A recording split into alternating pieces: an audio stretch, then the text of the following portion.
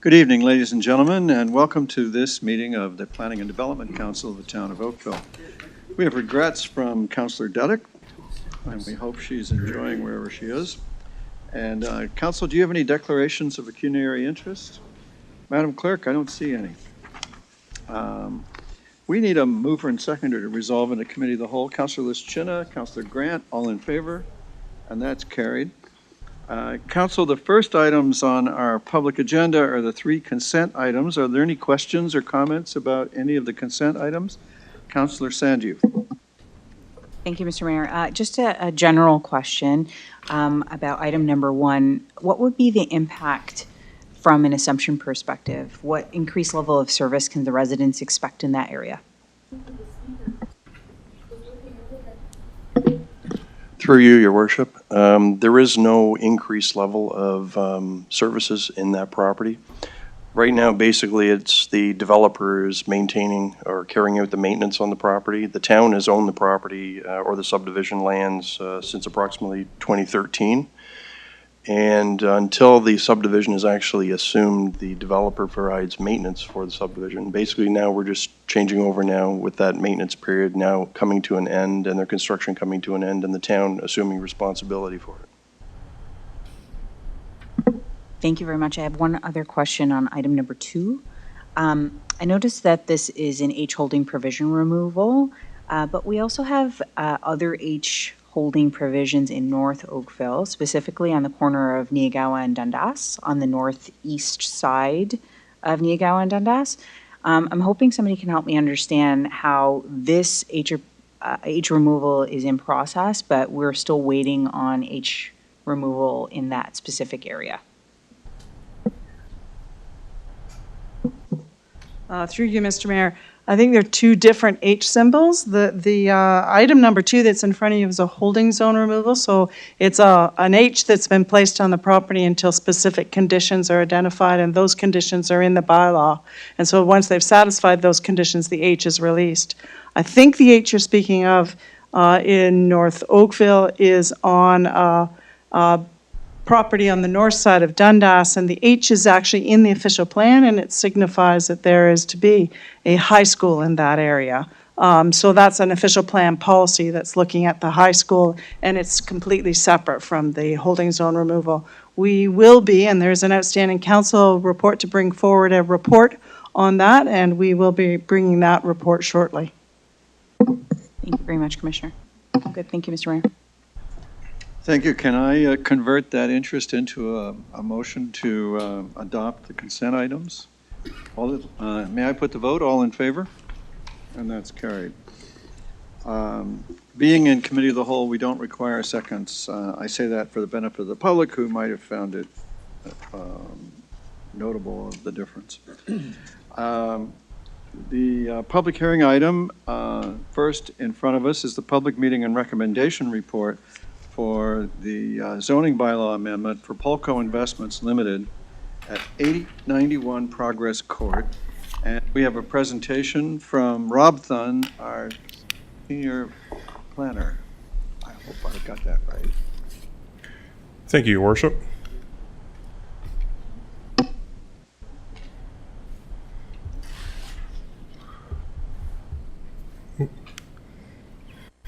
Thank you, Mayor Burton and members of council. Tonight before you is a zoning bylaw amendment application submitted by Polco Investments and 1275921 Ontario Inc. to rezone 891 Progress Court to permit a motor vehicle dealership within a portion of the existing building. As part of this proposal, there's no outdoor display or advertisement that is proposed by the applicant due to the nature of its business. The report can be found on page 21 of tonight's agenda, and the associated bylaw being put forth by staff is on page 93. As you had mentioned, Mayor Burton, tonight's meeting is a public meeting. Staff are presenting a recommendation with this application. From a public perspective, notice of the meeting was mailed out on January 11th, 2019, and it was also placed on the sign on January 14th. With regards to timeframes to bring this in front of council, consideration of the report is required within a 150-day timeframe, which is March 1st, so we're well within that timeframe.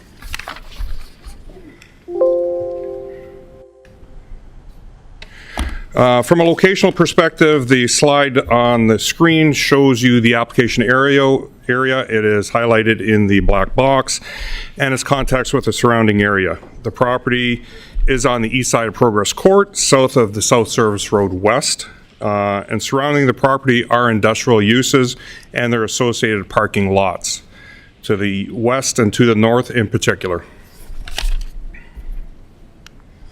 With regards to the proposal, the plan that is shown on the slide shows the existing building and the associated parking area. There's no changes proposed to the exterior of the building or the parking, aside from the re-asphalting of the parking lot and the restriping of the parking spaces. The existing building is approximately 3,950 square meters. The star generally reflects the location of the proposed vehicle dealership inside the building, and it only reflects 470 square meters of the total 3,950 square meters of the building. The remaining portion of the building was going to be used for business offices or the repair and storage of vehicle parts not related to this proposed dealership. As mentioned in the report, this is not your usual dealership where you see bright lights, cars out front, advertising, and display cars on the street frontage. This reflects a dealership related to supercars, luxury, and exotic vehicles. So not the everyday car that we normally see. So privacy and security for this type of dealership is critical, and that's the main thrust behind this application. With regards to Livable Oakville, the property is designated industrial, and within the Livable Oakville plan, Part D, Section 1451D, Sub 2, permits motor vehicle dealerships related to, permits motor vehicle related uses on lands designated industrial between Brawny Creek and Kerr Street, south of the QEW, such as this site. So there's a wide expanse on the south side of the QEW where motor related vehicles uses are permitted. From a zoning perspective, the site is currently zoned industrial E3 Special Provision 3 within bylaw 2014-14. Under this existing bylaw, motor vehicle dealership is not permitted. Such is the application to permit it. So the applicant is seeking a site-specific amendment to rezone the site to E3 with a special provision to permit the motor vehicle dealership.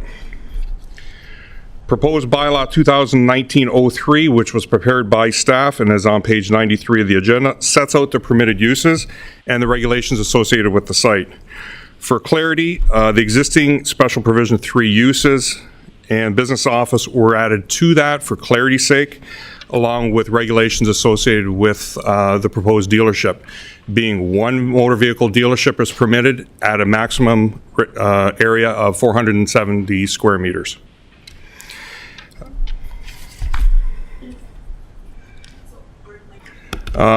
As you can see from the slide here, these are the matters that were addressed in the report. There were no comments from the public.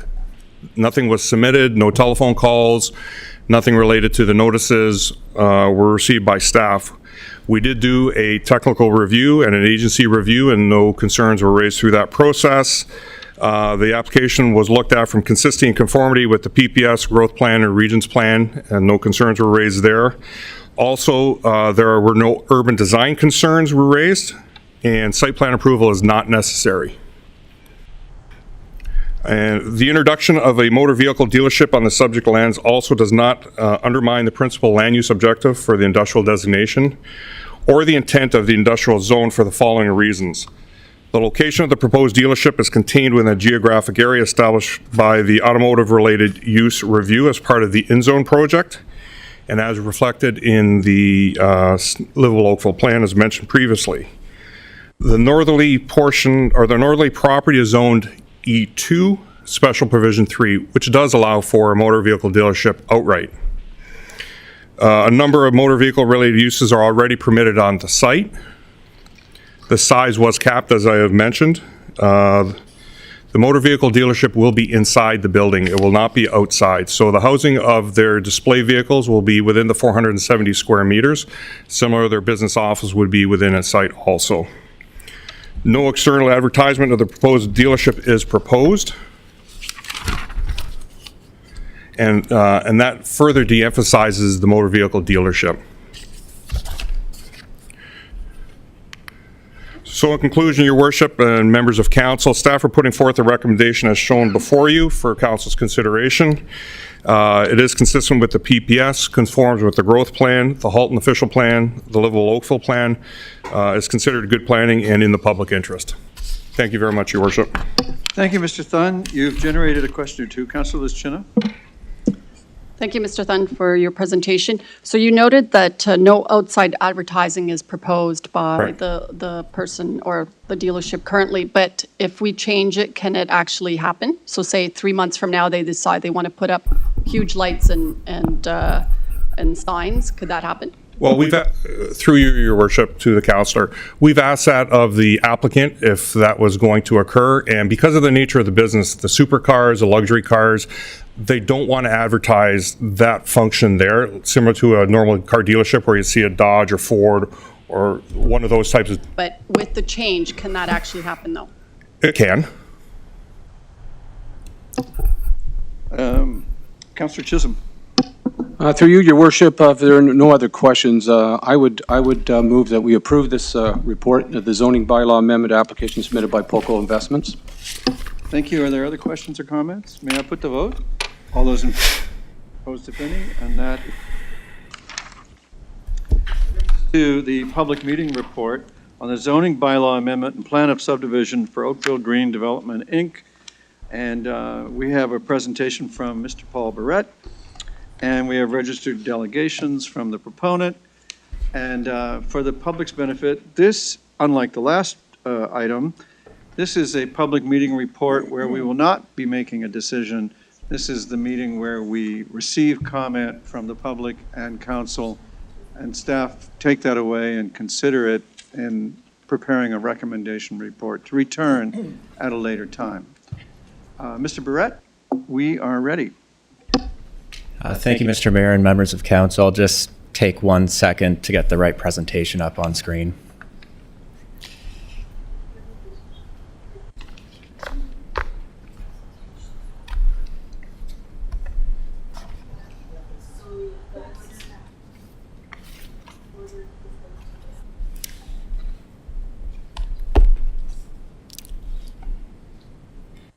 Thank you, Mr. Mayor and members of council. A zoning bylaw amendment and draft plan of subdivision application was submitted by Oakville Green Development Incorporated. The public meeting report can be found on page 39 of tonight's agenda. The subject lands are located east of the Oakville Trafalgar Memorial Hospital at the southeast corner of William Halton Parkway and 3rd Line and form part of a larger land holding by Oakville Green Development, Inc.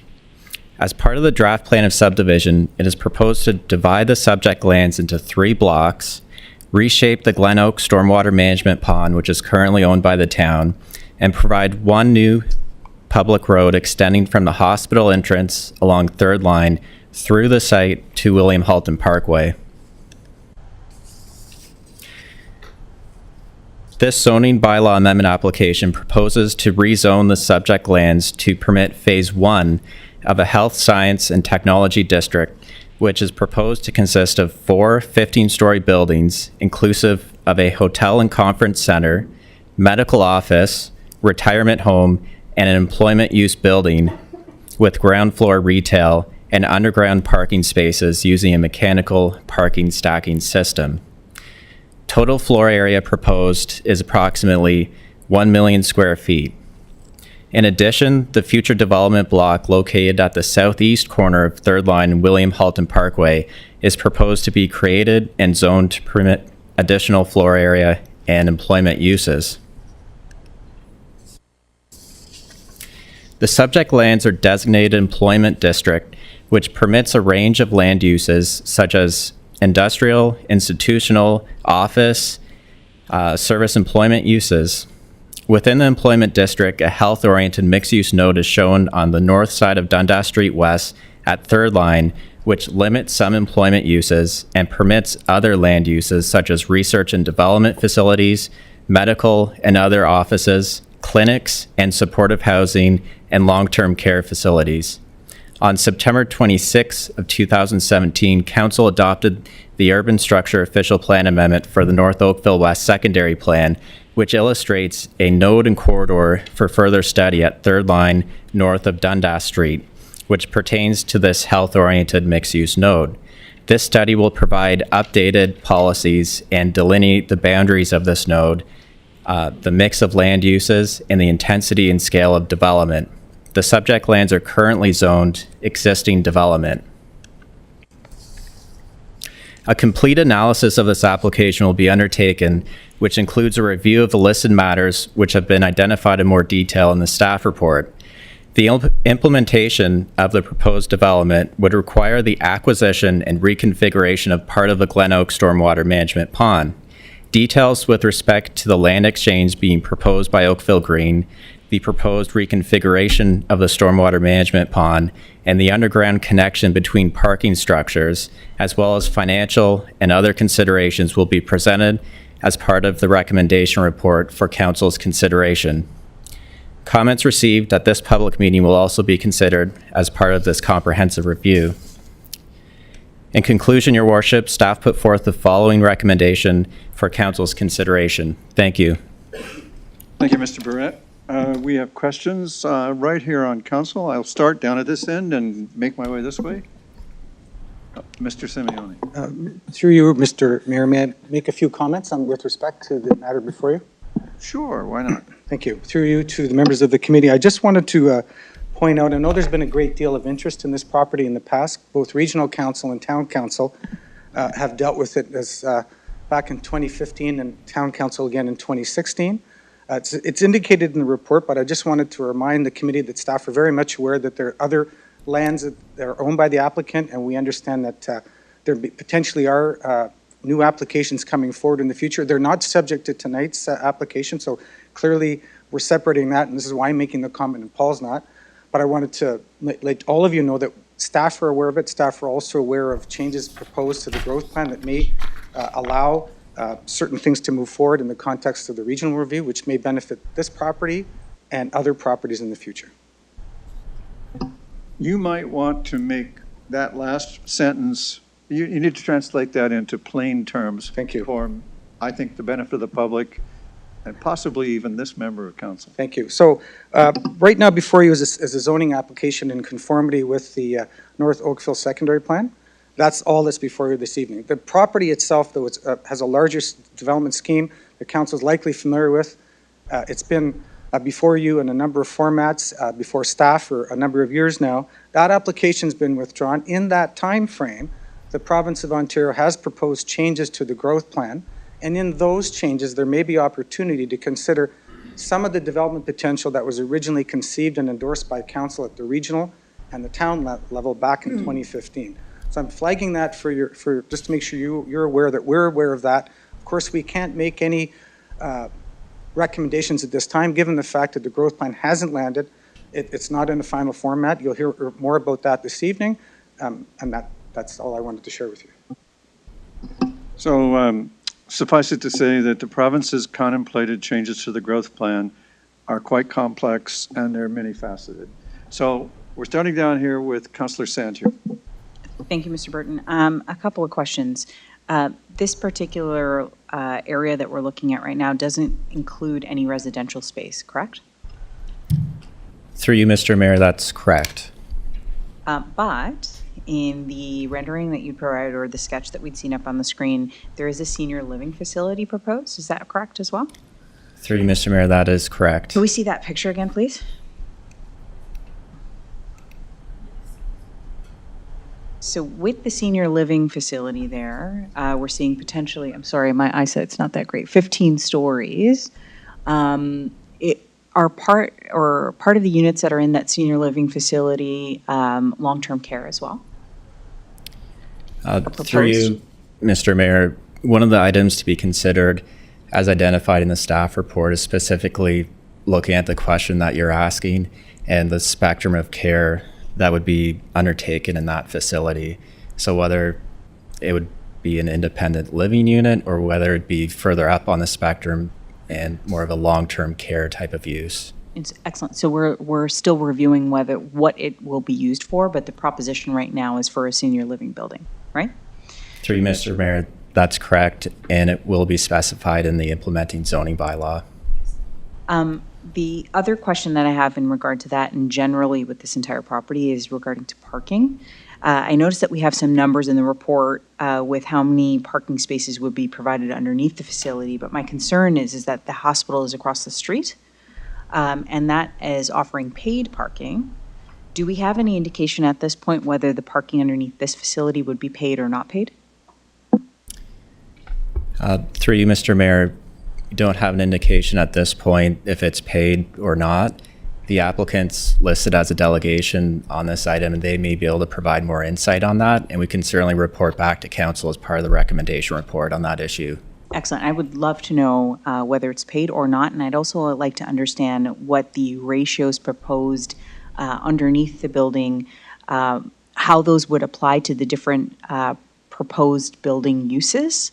How many for the hotel and conference center, how many for the medical center, and how many for senior living, as well as potential uses for visitors in the area, specifically around the senior living building. Thank you. Councillor Pavin.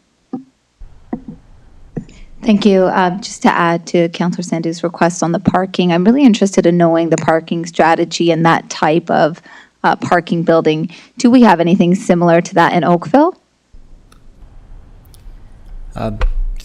Through you, Mr. Mayor, this facility would essentially share a common parking garage, so it'd be a number of different uses which would share one parking garage. So in that sense, there are similar facilities, but this is a much larger scale than what we've seen before. Right. So is that component of this application, it will still be under review until we totally understand what that parking strategy will be? Through you, Mr. Mayor, that's correct. We will review this issue through the technical review, and we will report back to council as part of the recommendation report. Great. Thank you. Coming along, excuse me, Councillor Ugar, I guess you're next. Thank you very much, and thank you for the presentation. Back in 2016, this council, or a large portion of this council, were pretty excited about the idea where it had a land use ratio, which is at least 3 primary jobs to 1 secondary job to not more than 1 resident. What has changed since then? Through you, Mr. Mayor, what's changed since then is the proposal has been essentially broken apart, and what's before you today is phase 1 of the proposal, which is the employment portion. So there's no residential component associated with that. The intent of the 3-to-1-to-1 ratio was to ensure that there was an employment first principle on these lands. And because there's only employment proposed in this first phase, we're not applying that ratio. Well, can you help me with the what's called a retirement residence, which is 15 stories, which is 210 units with 96 parking spaces? Is that 100% employment, all these people in these 210 units? Through you, Mr. Mayor, the retirement home would be considered more of a secondary employment use. A primary employment use would be the medical office and the employment use building. Similarly, the hotel and conference center would be a secondary employment use, not primary. Well, but something's fundamentally wrong here with that logic, I think. Anyway, a retirement residence, supposedly in the report, when you get into the detailed reports, which there are hundreds of pages of, it specifies there are going to be 210 units in this retirement residence. Are all of them secondary jobs? Every person living has a bed there? It doesn't, I'm just having trouble understanding that. Similarly to the hotel and conference center, which is 150,000 square feet, which is going to have 409 parking spots. Like, I'm just trying to figure out, every one of the people staying at the hotel, are they thought of as primary jobs? Or is it just the people that are working there to service the people that are staying in the hotel?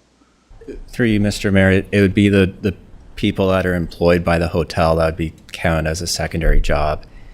And when you look at the proposal in front of council today, what Oakville Green's essentially proposing is 750,000 square feet of primary employment space and 250,000 square feet of the secondary employment space. So, okay, now, I realize this is what they're saying to you, but because this is what staff has to go back, I would ask, coming back to us, the hotel conference center of 150,000 square feet with 409 parking spaces, the ratio of what is really non-primary and non-secondary employment. It would be good to know that. I think, and also for the retirement residence, supposedly has 210 units with 96 spaces. It would be good to know what the ratio is of how many people are really primary and how many are really secondary, whatever that means, because if they're not, I don't know what they would be in the secondary other than maybe laundry sent out. The medical, 220,000 square feet, 767 parking spaces. I'm just trying to understand, is that, what portion of that is primary, secondary? I get there wouldn't be residential there. Now, the employment use broad range, 530,000 square feet, is 981 parking spaces. And I'm just trying to figure out how many people are going to be there, because it wasn't that long ago we heard it was going to employ 10,000 people. It was the number I had heard. So if we could come back and show what the numbers are for actual employment. Like, the concept seemed so good in 2016, but I'm getting more concerned. Now, when I go down to the future block, which nobody is talking about yet, when we do a traffic study or analysis, conceptually we always try to do the complete block, but there's a huge block missing here. And if you go to the MHBC planning justification report, they say there is no problems with operating capacity. But if you look at the WSP report on traffic, there are problems. And I've got all the pages from their actual report, which you don't need to go through tonight, but do we do peer reviews of traffic analysis reports for something like this? Through you, Mr. Mayor, we will be undertaking a peer review as part of the review of this application of the traffic transportation impact study. Do we have the ability to get a full traffic study of the southeast corner of William Halton and Third Line so that we actually would have a concept of how many people we're talking about there with jobs, primary and secondary? In the traffic study, could we do that? Through you, Mr. Mayor, as part of the recommendation report, we can estimate the number of jobs that would be created through this development through using Halton Region Employment Survey data, which is the most accurate data, and it's focused on the Halton Region context. So we can include that as part of the recommendation report. Yeah, my concern is it's about traffic. That's a huge issue. The jobs are fantastic. The traffic. I'm just concerned when you look at our 2018 Switching Gears report, where we talk about the transit modal split, which for years we've all been talking about, and the needles aren't moving.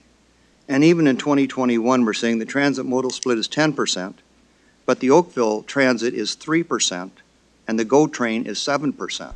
So somehow people are getting to that GO train and they're not using transit. And we all know it's vehicles.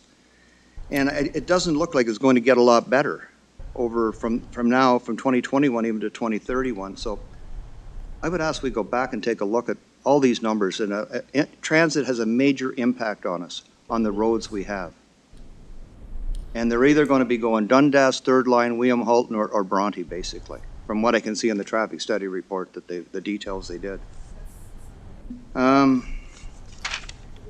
covers pretty well all the questions, but when it comes back, those are all the types of things I'll really be looking at. Thank you. Thanks very much. Thank you, Councillor. Councillor O'Meara.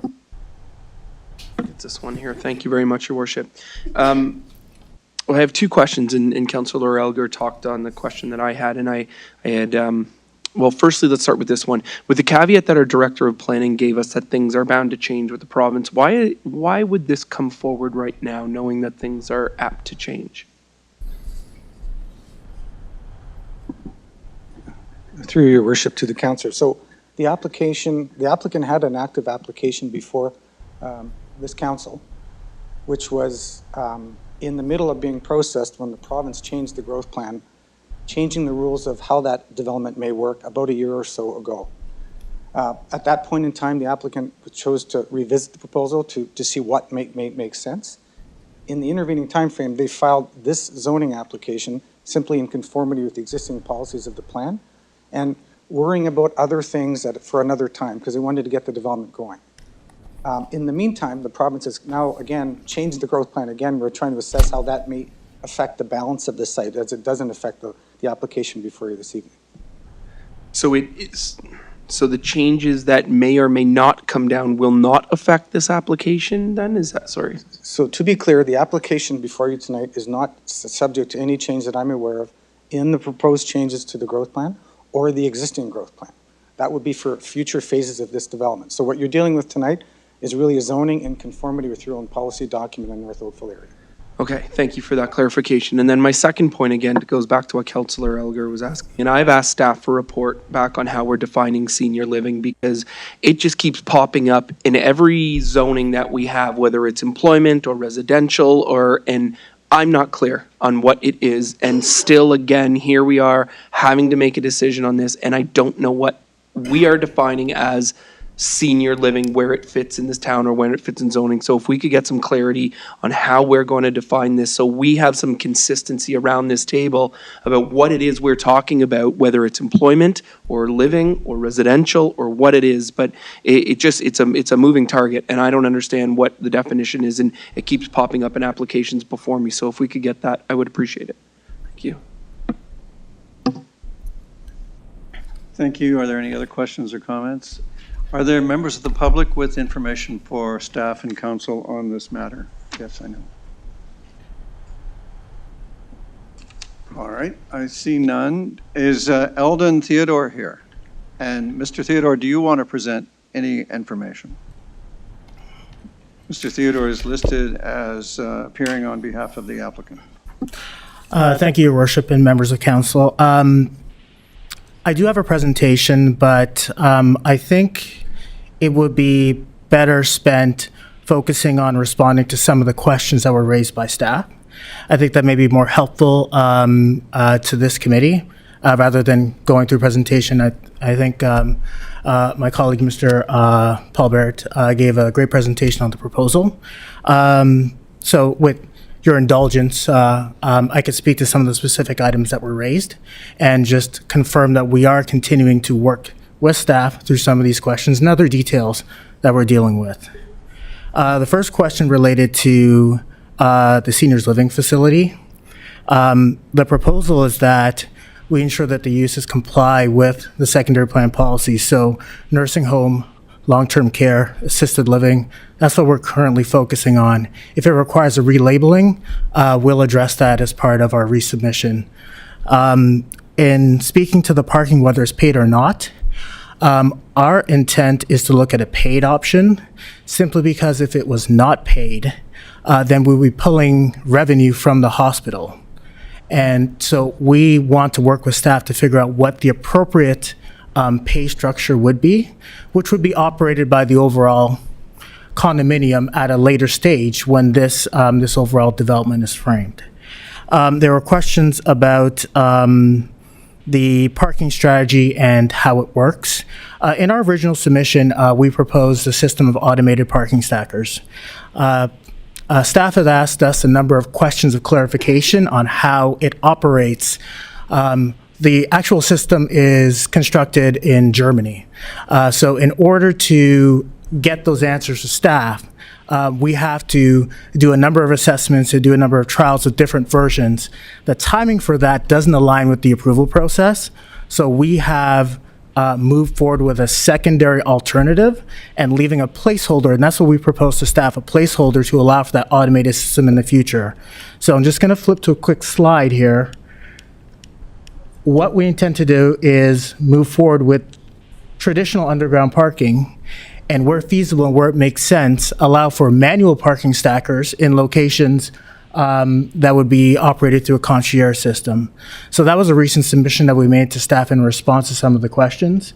And we've aligned our underground parking ramps to provide for sufficient check-in systems where you queue in and you take your ticket, to have enough length to avoid any situation in which queuing backs up onto the public road system. And again, this will be reviewed by staff, and I know that the transportation study is being peer reviewed by both the town and the region. There was questions about the retirement home employment. Based on the numbers that we've calculated, while there are only 210 units, the jobs it produces is 619. There were questions about the hotel and conference center and what that means in terms of employment. While there are only 180 units, the jobs that it produces are 929. Overall, we've estimated about 4,000 jobs out of this development, 61% being what you categorize as the primary and 38% being the secondary. That's where we land in terms of the proposal. And again, we expect that those would be vetted through the approval process, and we continue to work with staff. We have a meeting on this coming Wednesday to go through some of the technical comments, and I'm happy to answer any questions that you may have of me. Thank you, Mr. Theodore. Councillor Chisholm for a first-timer.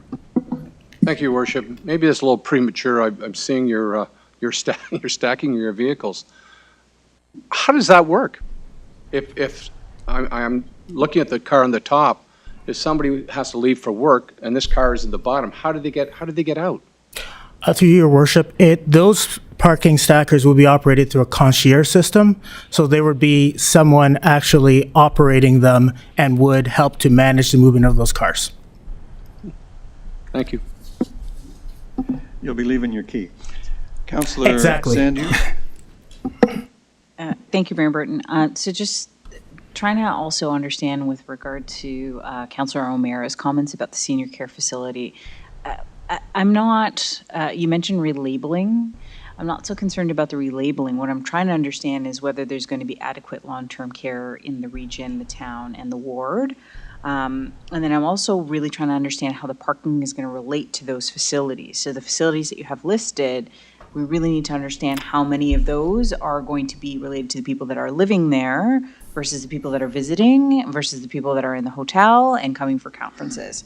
That's very confusing. The other piece that I'm also concerned about, as Councillor Chisholm was, is we're seeing this process, and I understand that it may work in Europe, but we're not in Europe, frankly, and I don't know if this is going to play well with the residents in the area, because things may take longer than expected, and we could have a severe backup, going back to what Councillor Algar was talking about with traffic flow in the area. And Dundas is a very busy street. So in response to that, through Your Worship, the parking stackers that we show in this image here are optional. We can actually meet the required parking through 3 levels of underground parking on the site today without requiring those stackers. We've shown them there as an opportunity to be able to consolidate parking if need be and reduce the amount of underground parking. In terms of the retirement, and I've asked Danny to come up because he's with WSP, our transportation engineer. I know from experience in working for retirement homes, long-term care assisted living, the main demand for parking is primarily the visitor, and it's not the resident. And that demand is typically a lot lower than a typical building. Usually it's a 0.25 ratio, but I'm going to turn over to Danny to kind of speak to that. Worship and Mayor and members of council. One of the things that's great about parking in a large facility like this is that the uses here in particular are kind of complementary. You know, the employment use does not exactly align with the seniors living home and things like that. So during the day, the employment district parking may be full. However, through the night, when people go home after, working through the day, all that parking is now freed up for seniors living and other uses on the same site. So that's one of the great things about shared parking. Back to you. Just in terms of I think the question is relation to retirement home and how much demand that actually produces. Okay, so in terms of actual demand for a retirement home, particularly in suburban areas, we don't really see a lot of these retirees owning their own personal vehicles, especially now that in other locales there are significant other options that people can take. For example, I know Oakville Transit does operate the paratransit service, and we do propose to have a loop that connects directly to the seniors living home so that Oakville Transit operators can assist residents into the vehicles and on their way. What other areas are you looking at? Like, what other towns or municipalities are you looking at to get that understanding that seniors don't take that much or use their own vehicles as much? We have done a couple of studies in actually very suburban and kind of rural York region. Things like where York Region Transit does operate a dial-a-ride service, which is very similar to an on-call vehicle. So I'd be interested in understanding how that applies specifically to Oakville, if there's been any other studies with regard to Oakville residents, and if that actually applies to our senior population. Just something to take back for staff. Thank you. Councillor Palmer? Thank you for your presentation. If I heard you correctly, you said that we're looking at approximately 4,000 jobs. Is that correct? That's correct.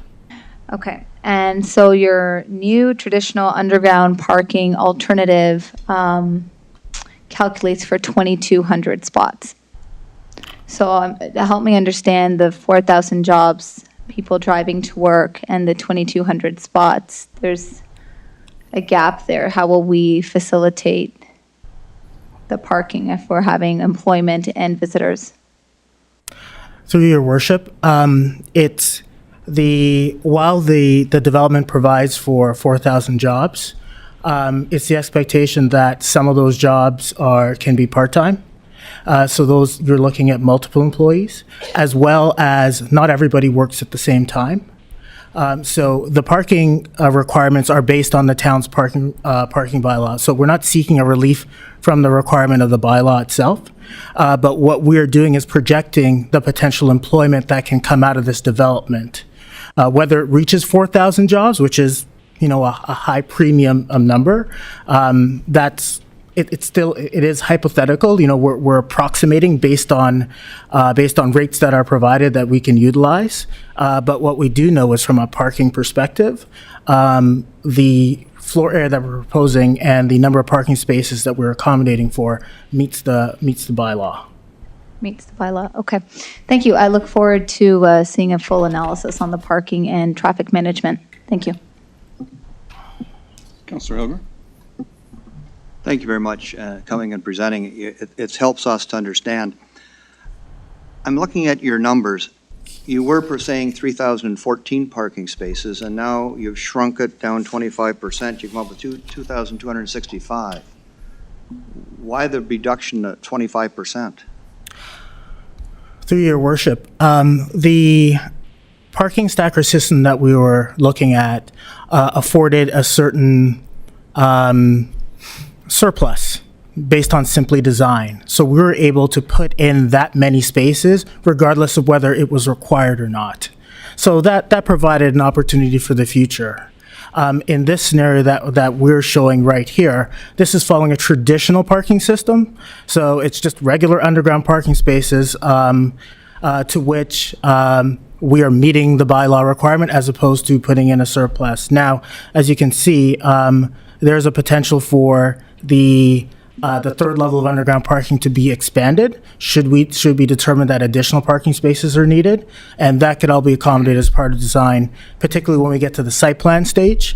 But what we want to do is ensure and provide a level of comfort to town staff that parking demands based on this development can be met based on the bylaw.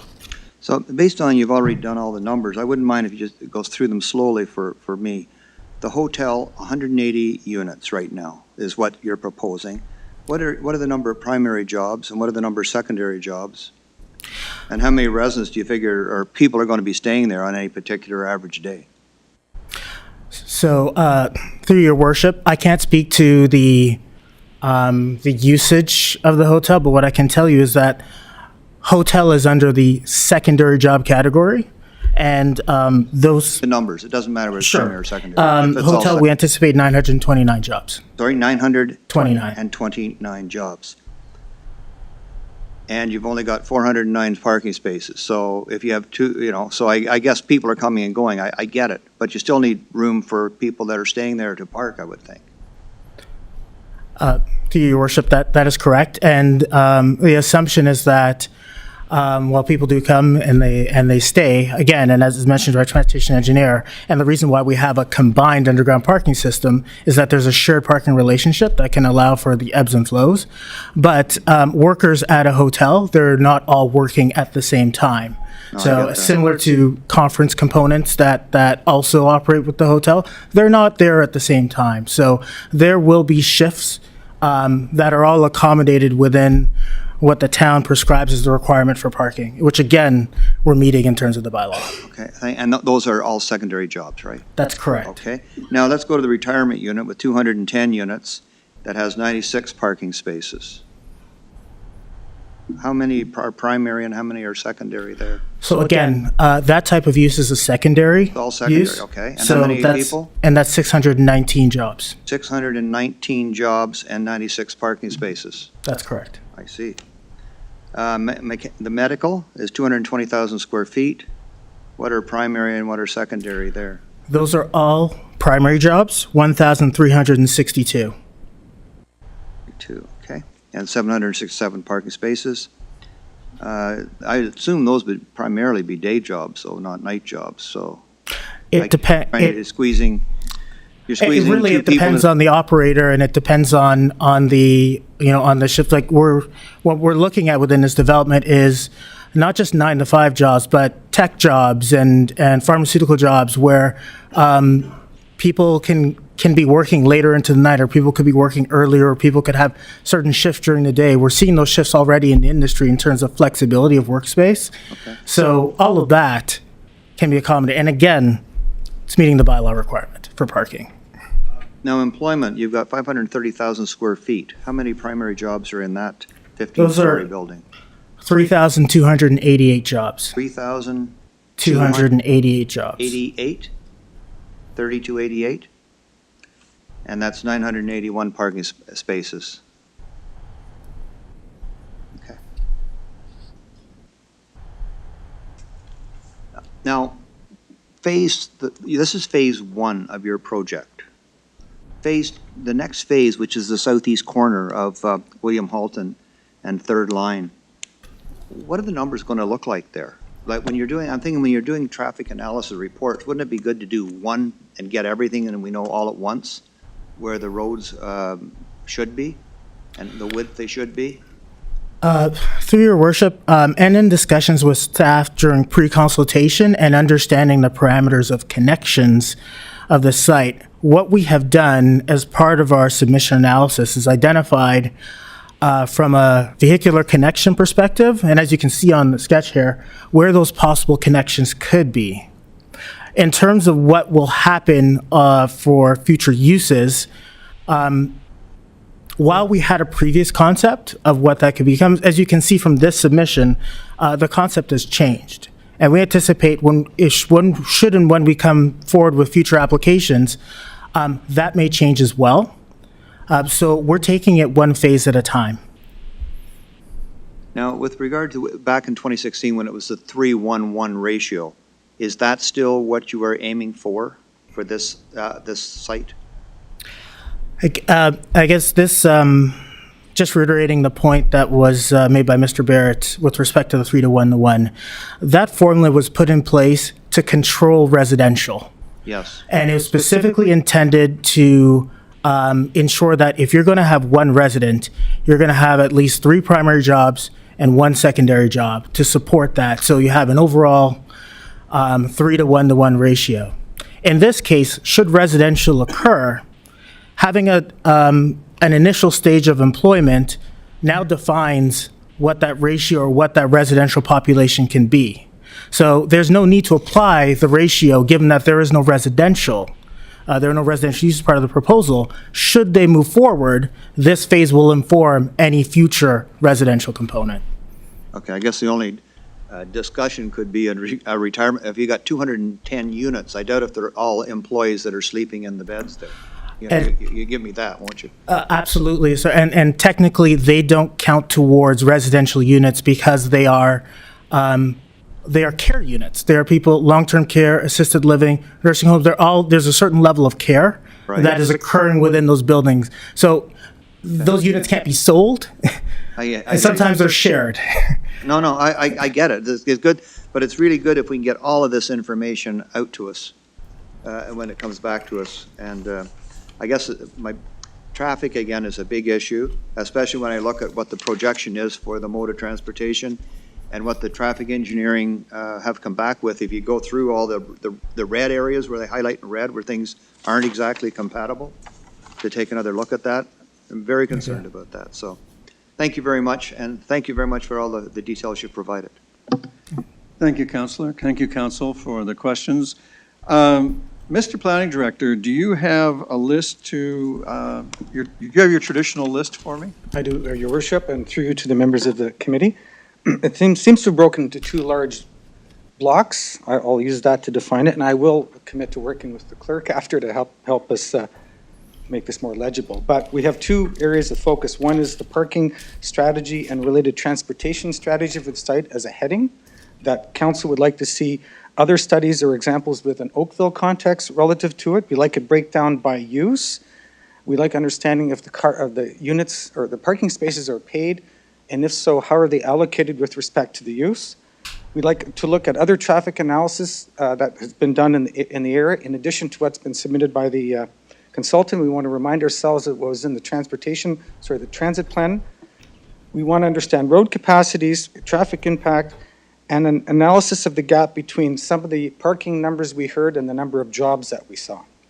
And in addition to that, we would like to see greater clarity in and around the issue of what the seniors' facilities will be, how this breaks out with respect to use. I would add there's a strong relationship between that and the parking. So we'll look at the seniors' use, define what will be in there, look at it from a primary or secondary employment use category, break it out by job, and have a look at what those impacts are in parking. We also wanted to know number of units tied to parking, time of use, modal split again. I believe that covers the list. Thank you. It sounds like parking. With a little dash of transit thrown in for spice.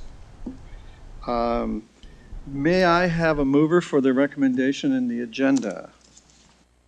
To receive the information, Councillor Knoll, thank you, and the list as recited by the Planning Director. May I put the vote? All in favor?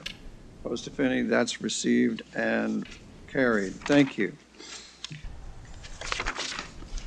The next item is item number 7, the recommendation report for the draft plan of condominium for East Sovereign GP at 2286, 2296, and 2298 Sovereign Street, and 124, 126, and 128 East Street, the northwest corner of Sovereign and East Streets.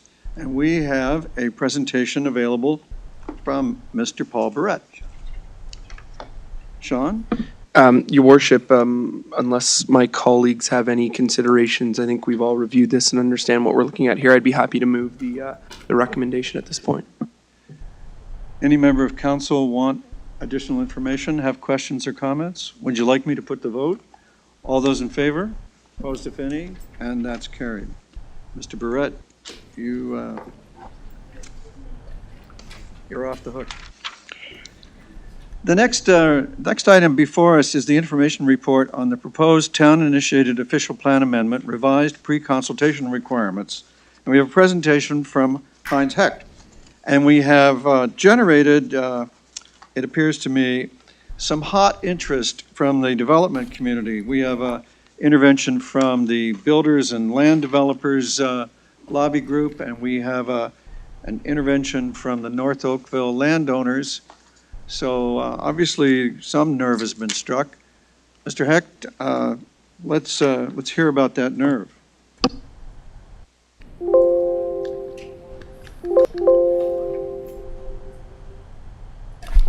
Your Worship, I'm just waiting for the presentation. Oh, there it is. Thank you. Okay. Thank you, Your Worship, and members of council. This is an information report which introduces the concept of creating a revised pre-consultation process to improve efficiencies, streamline the process, and better manage the development review process. The objective would be to improve the requirements of a complete application, which would assist in ensuring that planning staff and council have the information it needs to make an informed planning decision within the prescribed timelines. Just in terms of the current process, pre-consultation meetings are required for official plan amendments, zoning bylaw amendments, subdivision and condominium applications, and site plan applications. They provide an opportunity for the town staff and commenting agencies to provide feedback on a development proposal prior to the submission of the application. So planning staff, in consultation with the commenting agencies, establish the submission requirements for a complete application.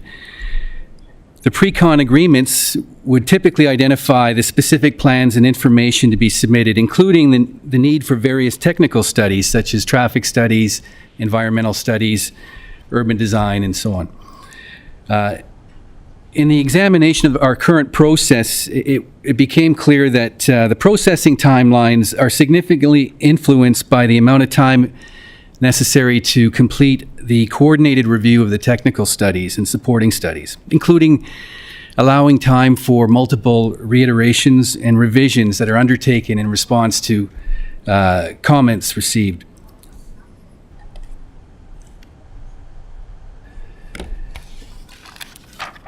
Establishing a two-staged pre-con process would provide the opportunity to front-end a substantial portion of the review of the technical studies prior to the applications being submitted to the town.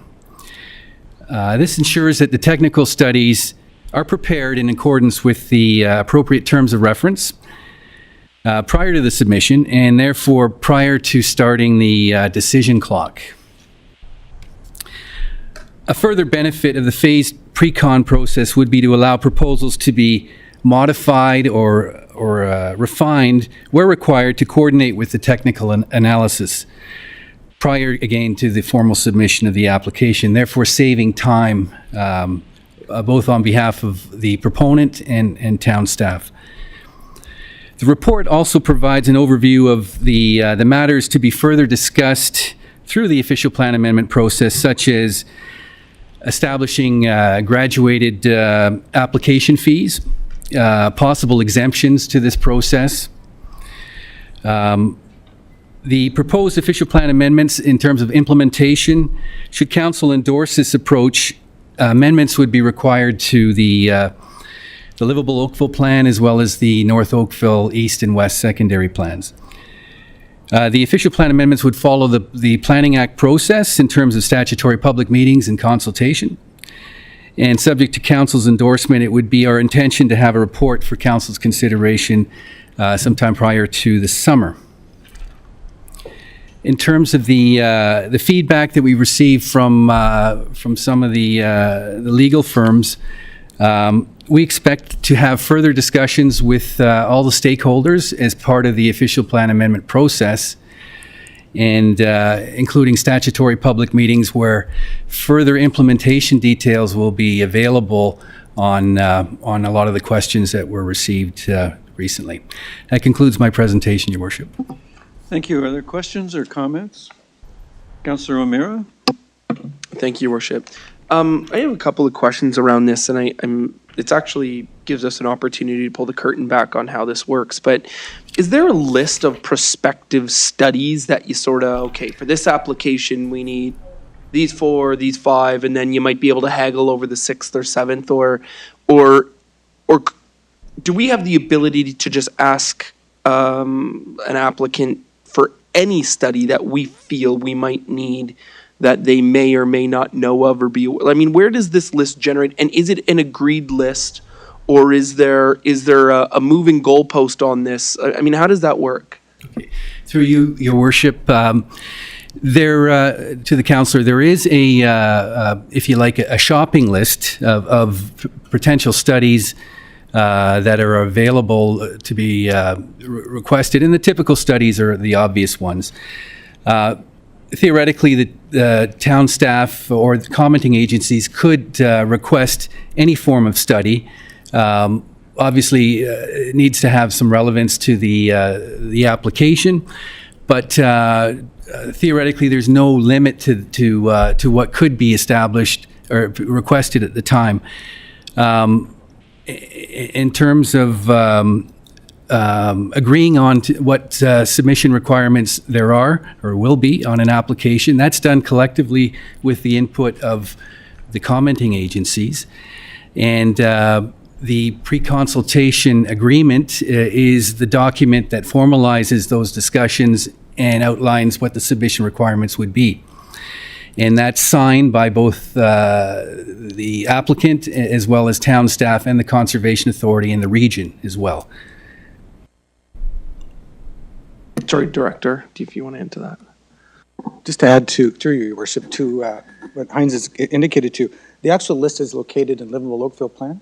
So in order for us to have the complete application studies, we've gone through a process and identified the various studies that we would need. And as Heinz has indicated, it reflects the typical things that council would be interested in: traffic, stormwater management, shadow studies, that type of thing. It's quite a long list. The list also allows us some flexibility in an application situation to combine and make unique terms of reference that may reflect specific types of issues that are only reflected on one site-specific application.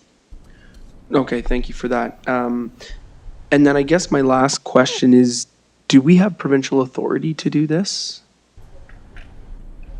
Through your worship, yes, we do. Thank you very much. Thank you, Your Worship.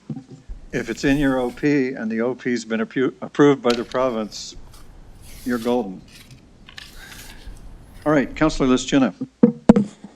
Thank you, Mr. Hecht. This concept of two-stage pre-consultation, is it currently being used in any other municipality? Is it in their official plan?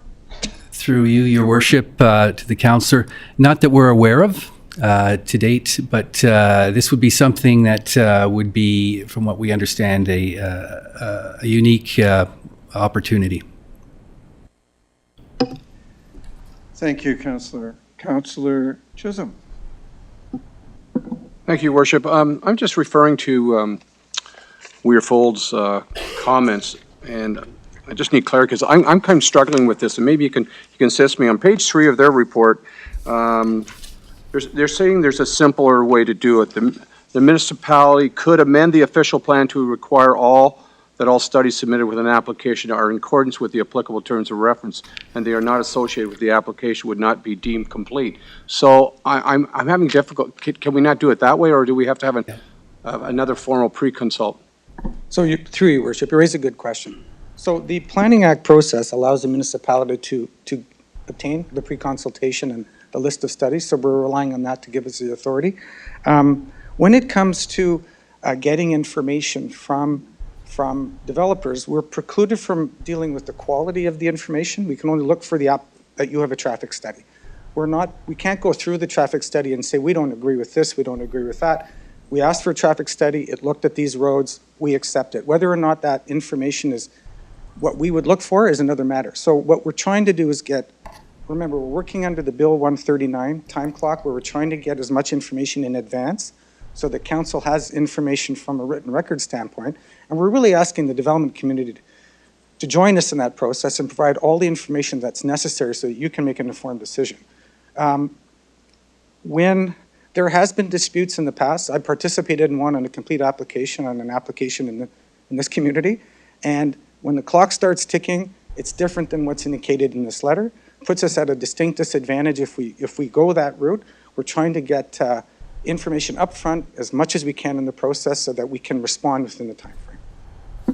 Thank you, Mike. Just for clarity, what we're attempting to do, if I'm reading this right, is to get all the detail and all the studies up front without a time restriction. Then once it's submitted, once you go to the second stage, so this is what help me out here. In the second, if it goes to the second stage, then there's that formality. Everything should be, all the T's should be crossed and all the I's dotted, and then the clock starts? Through your worship, that would be the intent. The idea is that us and the development community would work cooperatively together to give you the best product. And we believe this front ends the information. Otherwise, we're dealing in the time frame of the 210 days or as little as 180 if it's simply a rezoning application. And that's difficult sometimes given the nature of the work we're receiving. Some studies take 4 seasons to complete. We'd like that done first so that we can provide proper recommendations to you. Councillor Hazard-Thiel. I don't need an answer on this tonight, but when you come back, could we have an understanding of the magnitude of this issue? How many are not hitting the 150 days, and what are the consequences of not hitting that 150 days? In other words, what are the real benefits of doing this to our community, not just from an administrative process? Yes, and I just would like to make the observation again, through your worship. It is my understanding that the new LPAT system, and there's some stated case going forward, the decision that's appealed is based on the information provided to this group in this format. If a decision to appeal based on a non-decision timeframe, there is no decision of council to be supported by way of appeal. So our processes are in response to the processes provided by the province. We are trying to give you the opportunity to have your voice heard on the record in the time frame before that appeal is launched. That's the peril we see. Okay, so thank you for that. I still would like to understand the numbers, and I have a secondary question, if that's okay. So we can't be the only municipality that faces this challenge. When you come back, will you have some best practices or research from other municipalities? Not that they're doing this, because we've always tended to lead the way, but rather what are their challenges and what other alternatives are there? Through you, happy to do that. Again, Oakville is leading the way. We've actually been noted as one of the people first out of the blocks on this by other municipalities in the province, but we will certainly report back on what others are doing. Thank you. I just want to stress that the key and most important benefit to the local community is the ability for the local community to actually make a decision in time. And that's worth fighting to save and to perfect, in my humble opinion. Councillor Elgar, did you have a question? No, I have a motion. Councillor Elgar. Yeah, thank you. I'm pleased to see this report coming forward at this time. So we do have the information up front. And I do realize Oakville has been a leader in changes to things in planning, in the Planning Act. One being, we were the first in Ontario for a natural heritage system. And now it is mandatory that everyone in doing a new official plan must have a natural heritage system on all of their official plan maps. So I'm pleased to see what staff are doing, and I think it's the right thing, and we'll hopefully get it done right. Thank you. I hope everybody supports this. I'd be willing to bet they will. May I put the vote? All in favor? Opposed, if any? There you go, Alan, you got your wish. All right, Council, I'd like to take you back to discussion item number 5, which I held up as an appetizer for item number 9. So item number 9 is the information report on the Province of Ontario's proposed amendments to the growth plan for the Greater Golden Horseshoe. And it seemed to me that in a fairly plain way, the provision of schools in North Oakville and the rest of the town, for that matter, has a link to the idea of complete communities, which is one of the things that's being discussed in item number 9. So I thought the juxtaposition would be better if they were right next to each other. What you have in item number 5 is a down payment on a future report that planning staff are promising, and there is no presentation. All it says is, in response to the original request for the report, we got a school, and that'll help some, and stand by for the rest of the report. So are we all clear and comfortable with that? Councillor O'Meara. Thank you, Worship, and I appreciate that. And I do want to stress that this is moving forward, and it will impact areas such as the former Sawet Golf Course and a property in there, or the people in Lakeshore Woods who still 10 years later don't have their school, and a number of issues. So as long as we keep in mind, again, it's not just about the schools in North Oakville, it is all across Oakville that we are lacking. Thank you. I'm glad I mentioned that it was the entire town. Who else wants a piece of this? Councillor Knoll. Thank you, Worship. I have a quick question. It was alluded to during a previous discussion item with respect to the property at the northeast corner of Dundas and Neagawa, that report is coming soon. I know that there is a particular couple that are probably glued to YouTube tonight listening for the response to this question. Is what is the prospective timing on this particular report coming back? Sorry, northwest. I made the same mistake. I apologize. Northwest corner. I don't believe there's any news, Councillor Knoll. Commissioner? Well, we were promised a report. I'm just curious what the approximate timing would be for that report.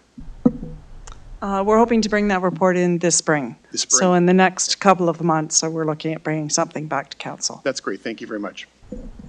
Councillor, it's important for everyone to understand that because the province has frozen the education development charge so that the school boards cannot collect enough money to buy land, the province itself is holding things up. So I appreciate that your friends and others are anxious about this, but they need to understand that it ain't us. I do think that they do understand that. I'm just using this opportunity because we had collectively the former councillors for this area and the new councillors for this area collectively had requested an update on this, and I know that this particular family is anxious. And even if the response is, as you stated, I'm sure it's partially going to be that, there are other aspects of this in terms of trading land and such that have to be addressed. And so that's the report that we're really looking for. To be clearer for the public, the Ministry of Education has pretty much stuck a spanner in the wheel and ground things to a halt, and that's going to have impacts all over. And I understand the Minister of Education will be here Thursday for a public event, and hopefully people will ask her where their schools are. Who's next down here? Councillor Sandu. Thank you, Mr. Mayor. I have tangentially related comments to your comment about provincial funding. I'd actually like to take this opportunity initially on behalf of Councillor Parmar and myself to thank all those involved in this process for getting Northeast 2 approved. The Minister of Education and our ONB MPP, Triantafilopoulos, in particular here at Councillor Lischina, for her guidance and messaging, Councillor Knoll for his recommendations and much heated guidance with regard to communicating our needs in North Oakville at the right time in the right place. And last but not least, Mr. Mayor Burton, for your unwavering support of our community in North Oakville and all of Oakville and continued advocacy in the right channels. But we're really not done yet. As you've alluded to, we are in still dire need for additional schools in North Oakville and all of Oakville. So I beseech the province at this time, as well as every other organization that is attached to this, to really think about the funding that comes into Halton schools, specifically in Oakville. We really need another school in North Oakville. Thank you. Thank you, Councillor Sandu. And let me add my thanks to Halton Region Chair Gary Carr, who yes, thank you. I neglected him. Had his very effective shoulder to the wheel as well. I saw another hand. Councillor Elgar. Yeah, thank you. As just for the new members of council, I understand that the property you're talking about was negotiated like years ago, and it's been an issue since the early 2000s, where where the school was supposed to go, it got shifted off the developer's land onto another land. Now, if you take a look at Sorry, Councillor Elgar, are you speaking about the northwest property on Niagara and Dundas? Yes. Thank you. Thank you for the clarity. So what has happened now, what the development industry has done with the Sawet property, they put in the agreement that in fact, if the school board does not purchase the land within 7 years, they have pre-existing zoning to build 45 residential units, single detached residential units on that property. So like, they now have got the green light to go ahead after 7 years, which is quite a change from, I get the property on northwest corner has sat there for, well, early 2000, we're sitting on 2019 now. So you can understand the anxiety at that level. So anyway, that's just for your information. Thanks. Thank you so much. I need a motion to receive the report from the planning staff. Councillor O'Meara, thank you for being quick with your hand. All in favor? All right, that's carried, and that leads us into item 9, the information report. Beg your pardon? Oh, I'm sorry. I thought it was going to lead me there. Oh. So we didn't move this? No. Oh, I remember reading it off and asking for motions. I don't know, did I black out? All right, I need a mover for this and the list. Councilor Lischina. Oh, I wrote my notes on the wrong item. I see. Thank you. Thank you. All right, item 6, the recommendation report and zoning bylaw amendment for 393 Dundas. We have a presentation from Melissa Dalrymple. And I beg everybody's pardon for confusing one page with another.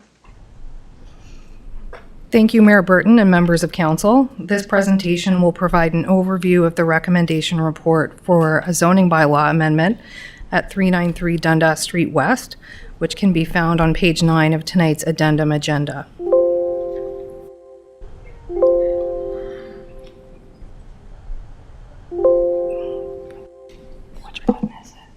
That's the signal to you to not be presenting. I'm joking. That one. Okay, thanks. The subject lands are located on the north side of Dundas Street West, east of Gladeside Avenue, and west of George Savage Avenue.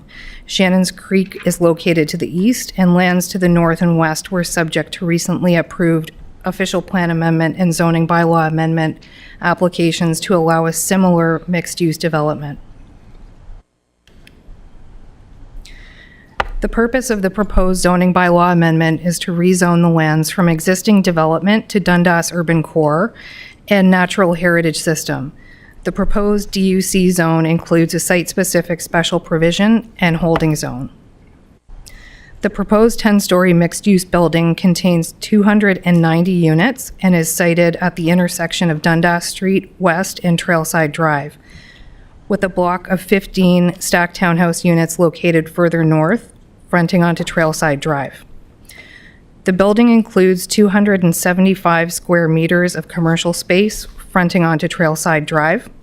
And although the tenants have not been established for the commercial floor area, the full range of uses permitted in the DUC zone are permitted to locate in this area, including things like convenience stores, retail stores, cafes, restaurants, offices, or community uses such as art galleries, daycares, and libraries. The proposed building is designed to terrace down from 10 stories closest to the intersection of Dundas Street to 8 stories, 5 stories, and 2 stories along Trailside Drive. The height of the proposed 10-story mixed-use building is considered compatible with both the existing and future conditions of the surrounding neighborhood, given the design of the proposed building and the transition in building type provided in the overall development application. The findings of the sun shadow impact analysis are acceptable and demonstrate that any sun shadow impacts would be minimal. None of the adjacent properties, public outdoor amenity areas, open spaces, or sidewalks will be negatively impacted. All of the urban design and technical matters have been resolved and embedded into the standards of the zoning bylaw, and also as urban design requirements contained in Appendix G. The proposal complies with the parking regulations of the North Oakville zoning bylaw. So 369 parking spaces have been provided on the site. The overall parking rate for the entirety of the development equates to 1.21 spaces per residential unit. The total number of parking spaces is split between one level of underground parking containing 295 parking spaces and 74 surface parking spaces located behind the building. Access to the surface parking lot and underground parking is by a driveway off of Trailside Drive. 6 of the 74 parking spaces are allocated towards the residential units, and the balance of the 68 surface parking spaces will be divided between visitor parking, so that's 58 spaces to visitor parking, and to support the commercial uses, so 10 spaces for commercial uses. All of the 295 underground parking spaces will be dedicated towards residential uses for both the apartments and stacked townhouses. The underground parking spaces are accessible to vehicles by a ramp, and residents can choose to exit the underground parking garage by an elevator with access to the main lobby or by stairwells. In addition, as part of this development and the adjacent 407 Dundas development, Trailside Drive will be extended from its current location, south of 16 Mile Drive, all the way through to Dundas Street. The final design of the street will be undertaken through the draft plan of subdivision and is expected to include opportunities for on-street parking, which can complement the commercial and visitor parking provided on site. A combined public information meeting for 393 and 407 Dundas West was held on March 1st. The main concerns raised at the PIM were building height, traffic safety, and sun shadow impact. A statutory public meeting was held on December 10th, where one resident participated. In addition to comments raised by residents, members of the Planning and Development Council approved a resolution that the matters on this slide were responded to in the staff report. The response to council and public comments can be found beginning on page 24 of the staff report. The subject lands are identified on Schedule A1 urban structure as being within the town's system of nodes and corridors and front onto Dundas Street, which is identified as a regional transit priority corridor. The nodes and corridors are key areas in the town identified to be the focus for mixed-use development as well as for intensification. The proposed development implements the town's urban structure by providing a built form and high-density mix of residential and commercial uses to help support frequent transit service. And in addition, bonusing for 2 additional stories of building height on the subject lands helps support the town's urban structure by providing additional height and density along the regional transit priority corridor. The proposal also responds to the North Oakville East Secondary Plan overall policy directions by first reflecting the general organization of land uses anticipated by the master plan. As shown in the master plan, the layout of the proposed development provides the highest intensity of use adjacent to Dundas Street in the form of a mixed-use building, followed by stacked townhouses, creating a gradual transition into the existing residential area to the north, as well a planned securement of the NHS, Shannon's Creek.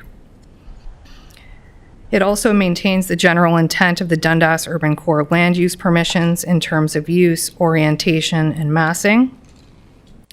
The development application also proposes a mix of residential units, both apartments and stacked townhouses, to contribute to the mix of housing available in the community.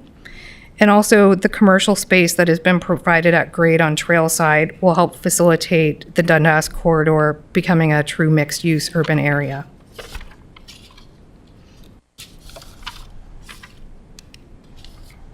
In conclusion, a fulsome analysis of the matters raised throughout the processing of this application are contained in the staff report, and staff recommend approval of the proposed zoning bylaw amendment conditional upon entering into a bonusing agreement under Section 37 of the Planning Act, and staff put forth the following recommendation for council's consideration. Thank you, Ms. Dalrymple. It was an excellent report. Councillor Elgar has a question for you. Thank you very much for the report, and especially thank you for the table you provided on page 34 about required and provided parking. If I look at the mixed-use building, 290 units, with a ratio of 1.25, we come up with 363 spaces. But what I find is a little disappointing is the proposed number is 286, which is a 0.98. It's not even one vehicle per unit. And I'm just very concerned about the issues that councillors are going to have going forward with this type of parking ratio. I wonder if you can explain why you feel that this is adequate. That's the first part of my question. Through you, Mr. Mayor. That's correct. So in this situation, we will have some units without dedicated parking space. And in our opinion, to have 4 or 6 units without dedicated parking is appropriate, given that we don't expect each use to require a parking space. I'll leave that for now, because I think the councilors of the ward probably have some questions on this issue. Okay. Thank you, Councillor. Councillor Palmer. Thank you, Mayor Burden. Yes, I have a number of questions. So I will start off with just a clarification before I get into the questions. You mentioned, you kind of combined all of the underground parking. So trying to understand here is do the stacked townhouses have their own underground parking, or will they be sharing parking underground with the condominium? Through you, Mr. Mayor. The stacked townhouses share the same underground parking garage as the apartment units, so those 15 parking spaces will be located close to the stacked townhouses and would be accessible either through the lobby, but most likely through a stairwell to the units. And they're allocated specifically to the stacked townhouse units? Yes, one per stacked townhouse unit. Okay. And that's marked for just the townhouses, the stacked townhouses? Like somebody else can't park in those 15 units unless they're a resident of the stacked townhouses? Through the site plan application, we would be dealing with issues that would nail down details related to the signage that would need to be installed, but as the plans are submitted today, these stacked townhouse parking spaces are delineated for the use of the stacked townhouse parking only. Okay, so can you explain why one parking spot per townhouse is appropriate? And where would, if a buyer had two vehicles, for example, where would they park their second vehicle? Will they have an option to buy an additional parking spot? I think in response, I would say that the North Oakville East Secondary Plan was built around certain principles and which trickled down to the zoning bylaw for implementation. And for a stacked townhouse, range of parking is permitted between 1 space to 3 spaces maximum. So what's being proposed is consistent with the zoning bylaw requirements, and the applicant is in the audience to provide any additional information about why that one parking space would work for their own development. Okay. And yeah, because my concern is really, we have a lot of the overnight on-street parking permits in Ward 7, and it seems to me by allocating 1 unit per stacked townhouse, we're pretty much setting up the residents to have to purchase those parking permits to accommodate their second vehicle if they have one. So Councillor Sandu and myself were not a part of the approved parking strategy for 407 Dundas, which is right across the street. So as we're reviewing this strategy tonight, I'd like to understand a little bit about what was approved across the street. Did you want to take that one? So through you, Mr. Mayor, for 407 Dundas Street, the parking was a similar arrangement. So we're dealing with a lot that is a little bit larger in a similar development. But in terms of the development, the overall ratio equated to about 1.29 spaces per residential unit. 1.29 per residential. And sorry, what is the ratio? Please remind me for this one. Versus 1.21. Okay. Okay. The report speaks to higher order transit envisioned for Dundas.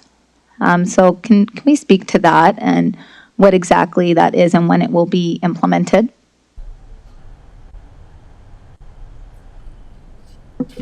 Through you, Mr. Mayor, maybe I'll assist Melissa with that answer to that question. The higher order transit on Dundas has been identified as part of the Metrolinx rapid transit plan. So it is to provide for a priority bus service that runs over across all of Dundas, and then a different service once it gets into Burlington. A rapid transit or a BRT system through Oakville, and a priority bus as you get into Burlington. So that is the long-term plan in the Metrolinx plan. They are right now sorting out what are the priorities and what are the timing on those projects to be done, and who operates them and how we deliver it. So at this point in time, we don't have a time frame for that bus rapid transit system, but it is being planned through the Metrolinx work. Okay, Thank you. And the reason I ask, because I know the rationale behind less parking spots in the underground parking is because some residents would be relying on transit. So I really want to make sure that we are looking at a transit strategy for the area as well. Also, I know, and maybe the applicant can speak to this further, but the report speaks to 171 units that are two-bedroom. So that's more than half the units that are two-bedroom. And I would think that, there may be owners that have more than one vehicle if they're buying a two-bedroom unit. Just thinking about myself and my friends and young professionals. How are we going to accommodate parking for, if people need more parking? What is the solution?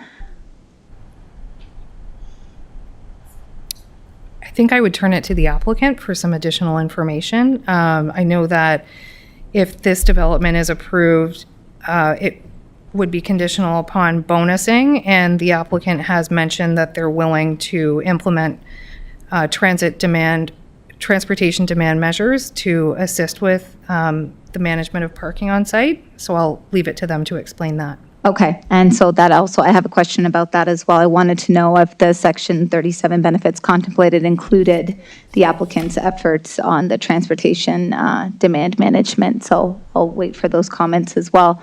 And then there's another item I wanted to bring to council's attention, and that's the visitor parking. And I understand it's the maximum. We're getting the maximum parking spaces for visitor. And it comes back to our bylaws. So they've met the requirements, but I think the flaw lies in the bylaws. So I wonder if it would be appropriate for me now to request a report that we look into considerations of changing the minimum parking requirement for visitors in our bylaw, because that seems to be a trigger of a lot of the visitors parking spots in Ward 7, and I'm sure across the rest of Oakville as well. Councillors are facing the same issue where we get these applications and we know from hearing from the residents that there's no visitor parking available. But at the end of the day, we can't go back and blame the developer because they've met the requirements. So maybe the root of the problem is that we need to revisit our bylaws. So I would request a report on an analysis of that section of our bylaw. I'll second that. Councillor, Monday, February 25th, at the regular council meeting would be the appropriate time, and I'd be only too glad to help you write the request for a report. Sure, that would be great. Okay, so last question, daycare. So you did mention that there was an opportunity for daycare in the commercial units, and I thought that is something that would have had to be, because daycare is sensitive zoning, that it would have had to be done a long time ago, and I was under the impression that there would be no opportunity for daycare in this condominium. So can you just confirm? Through you, Mr. Mayor, the base Dundas Urban Core zoning allows for a range of uses, which includes daycares, so community facilities of that nature. When we took a look at the amount of space that is proposed, so 275 square meters, and also the amount of space that would be available outdoors for an outdoor play area, I don't know. I understand that there may be a need for daycare space in North Oakville. I don't think that this is the right site for it because of the limitations on the outdoor space. Right. But we did confirm it would be, if that 275 square meters was used for a daycare, it would be approximately a maximum of 27 spaces for children in that daycare. Okay. That's all for now. Thank you. Thanks. Councillor Sanju. Thank you, Mr. Mayor. Just adding on to a couple of things that Councilor Palmer already mentioned. Bringing it back to parking. So with these specific condominiums, do each of the units also have parking sold with them, or are they separate? Through you, Mr. Mayor, the applicant would be the best person to answer that question for you. Okay, so I'll save those pieces, but I did notice that when we were going through the recommendation, you commented on bonusing. What's the bonusing that's going to be included with this specific site? Through you, Mr. Mayor. The details of the bonusing agreement haven't been sorted out yet, so that's why we have included a condition in the holding provision to compel the applicant to enter into a bonusing agreement. What are we holding? Pardon? What's in the holding agreement? Like, what are we holding? We would hold up development until such time that the applicant has entered into not only a bonusing agreement, but that regional allocation for the development has been confirmed by the Region of Halton. Excellent. Thank you for that answer. Can you also help me understand, and perhaps this is a question also for the applicant, I'm hoping to understand better the visitor versus commercial use of parking in that area. Would that be a better question asked for the applicant as well? Thank you. Ms. Dalrymple, permit me. Yeah. It's staff's recommendation, Yes. and I'm surprised at staff's reluctance to explain, I mean, shifting the answer to the applicant, I'm not sure I agree with that. Council's relying on their professional staff, as we're supposed to, for a recommendation, and I thought your questions were fair ball to have staff justify the recommendation in the light of your question. Do staff want to give another shot at that? Thank you, Mr. Mayor. Mayor Burton, I leave it up to Melissa to give the specific details. I would agree with you. We are making a recommendation as staff, and so we need to defend why those recommendations. A lot of the questions, though, I would note, get into the operational side of it, and that is not something that we would regulate through the zoning bylaw. So those kind of operational and how the site functions over time would be elements that the applicant would deal with. So I do believe it is a bit of a combination, but the last question, I would agree, is a question that we should, as staff, be answering. All right, thank you. And councilors, you might take some note. Your questions about how it will work later, to the extent that you have any, that we on council have any say, that'll be at site plan, not here. Got it. But the larger questions about the relations, the permitted range is 1 to 3 and staff are recommending 1 and things like that, those are fair ball for you to pursue, including your last question. Excellent. Thank you. So I'll just repeat my last question. Can you just help me understand the visitor versus commercial use of parking in this space? I'm seeing 58 visitor spots with the commercial 10 spots on surface. Help me understand how those get allocated and used going forward. Through you, Mr. Mayor. So as you've stated, we have 58 spaces for visitors.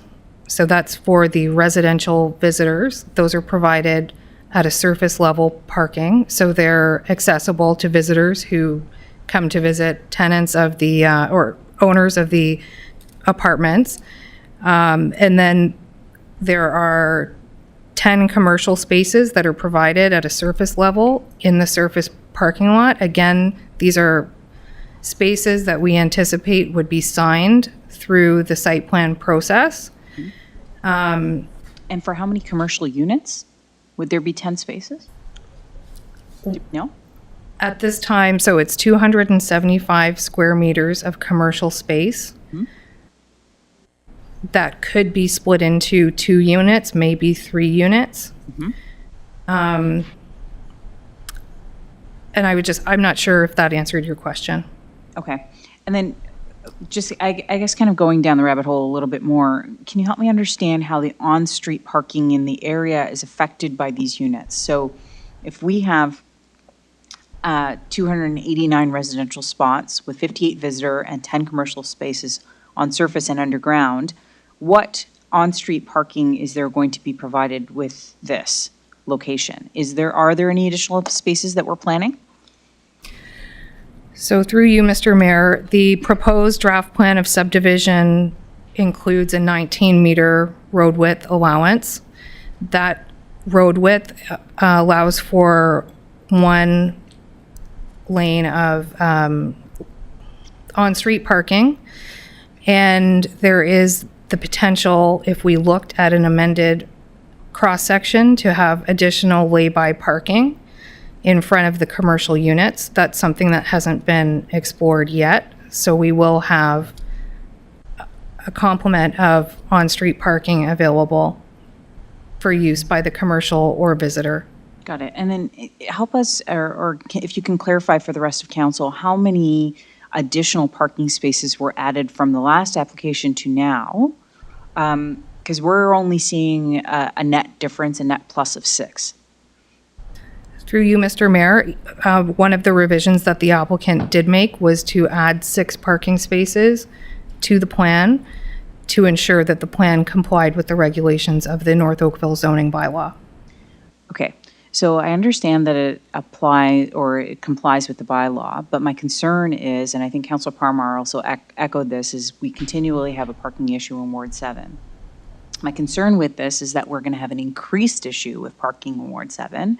We're going to be forcing people, as Councilor Parmar indicated, we're going to be forcing people to buy on-street parking.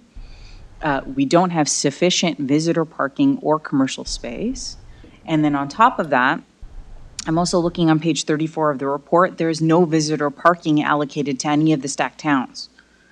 So I'm concerned that we're going to have a general parking issue, and we've dropped from the 1.29 spaces per unit in 407 to now 1.21. Understanding that we're a transit-first community, we can only have transit first if there's actually transit in the area. And right now, we have to rely on our vehicles, living there myself.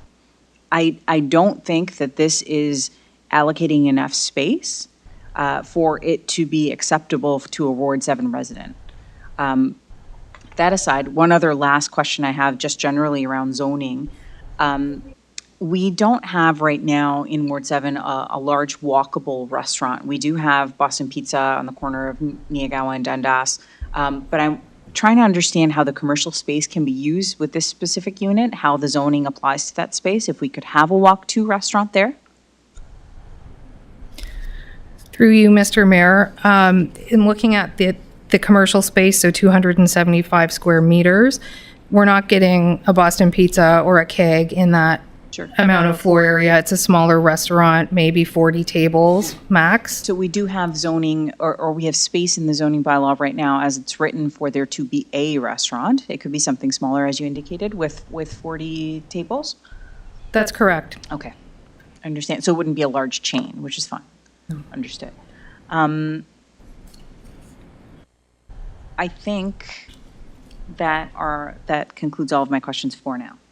Thank you. Thank you, Councillor. Councillor Elger? Yeah, just quickly, in the report, you talk about 290 units, but in the details, you only talk about 287. What are the other 3? I'm sorry, can you repeat the question? Sure.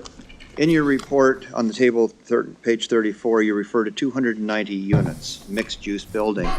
When I go to the details of the 290 units, you mention 100 one-bedroom, 171 two-bedroom, 8 three-bedroom, and 8 two-bedroom plus den. Add that up, you go up to 287. Where are the other 3? That's on page 11. Compare the second last paragraph on page 11 of the report to your table on page 34.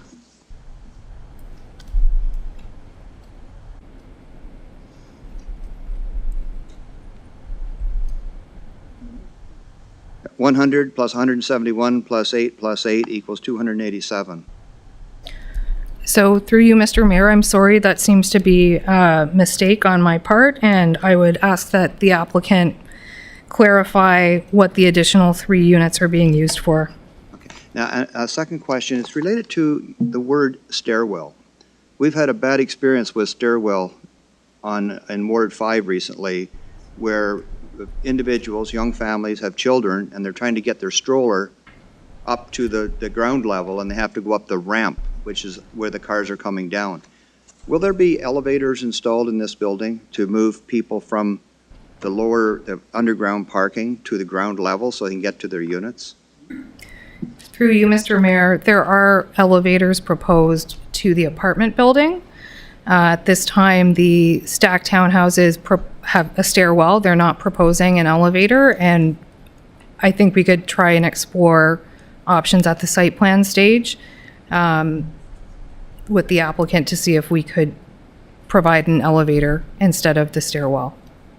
That's pretty hard to do, even at site plan. But, so what you're saying now, a young family with a young child that has a stroller trying to get up to their stacked townhouse would have to go up the ramp. That's what the design is currently? If it were me and my daughter and my stroller, I would probably use the elevator and walk to my stacked townhouse unit. Okay, so they're just not handy, but it can be done. Yes. I thank you for that. Thanks. Councillor Hazlet-Teal. I just would like some clarification. It talks about a mixed use. Are any of these units going to be rentals? The applicant can confirm whether or not they intend to rent out these units. It's my understanding that it's not the intention. And is there anything in our plan that can require them to provide rental units? Sorry, new counselor, just want to make sure I understand. Commissioner, you might want to explain all of our powers on controlling the method of tenancy. We have no ability to regulate tenure. They have not, as I understand, filed a condominium application, which would create them into condominium units. Right. But this process would not allow us to distinguish or regulate rental versus condominium. Okay. And my last question is there a method that we can require them to provide ride share?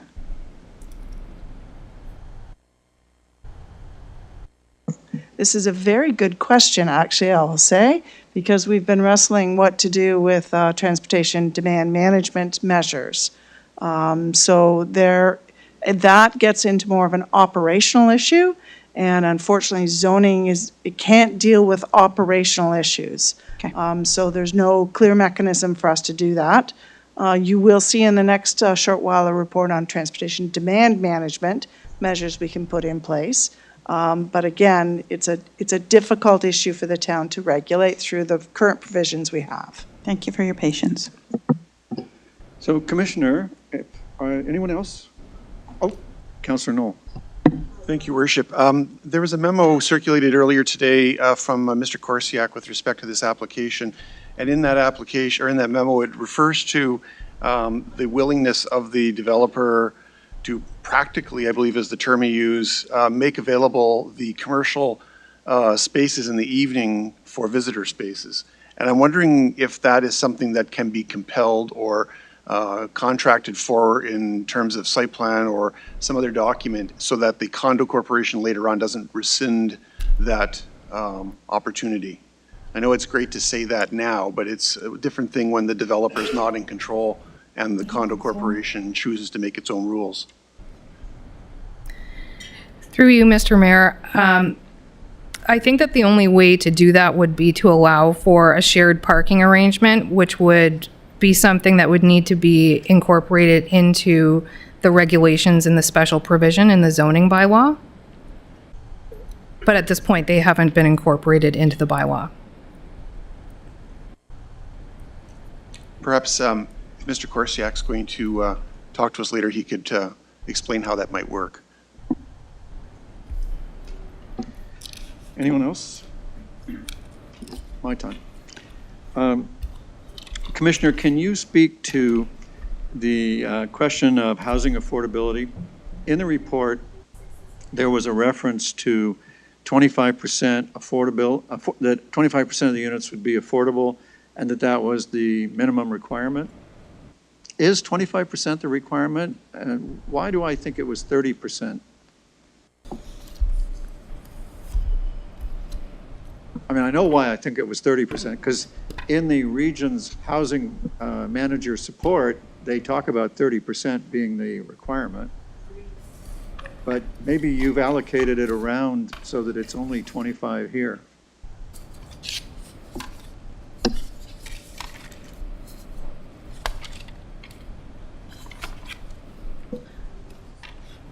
So it's our understanding it's 30%. In terms of what the region is looking for, and that reflects a lot of the provincial policies that are there. I think the reference in here is the bonusing bylaw provisions, the reference in the report to the 25%, And the requirements that were in the North Oakville East Secondary Plan were at a time period when the province had a 25% requirement. So that's what you see reflected in here. But the current requirement, my understanding, was the 30%. So what should we be requiring? In this particular case, these are the bonusing provisions. So if you wanted to require bonusing, and make housing is one of the, affordable housing is one of those elements that you could be trying to secure for. The official plan allows you to go above and beyond the basic requirement of 25%, so you could require whatever you wanted as part of a Section 37 requirement. All right. Thank you very much. Shall we see if the applicant has any additional information on that? All right, Mr. Korsiak. Welcome. Council looks forward to whatever light you can shed on our questions. Good evening, Mr. Mayor, members of council. I think what I'd like to try to respond to are some of those questions relating to the operational aspects rather than the zoning, because I think Melissa responded to most of the zoning questions quite well. So just as the affordable housing issue is kind of a nice segue, because obviously with this type of built form, we're looking to do smaller units that would be more affordable. And a big part of affordability when you're dealing with apartment buildings is the parking. The parking is a very expensive component of these buildings. It's typically somewhere in the order of $35,000 to $40,000 per parking space.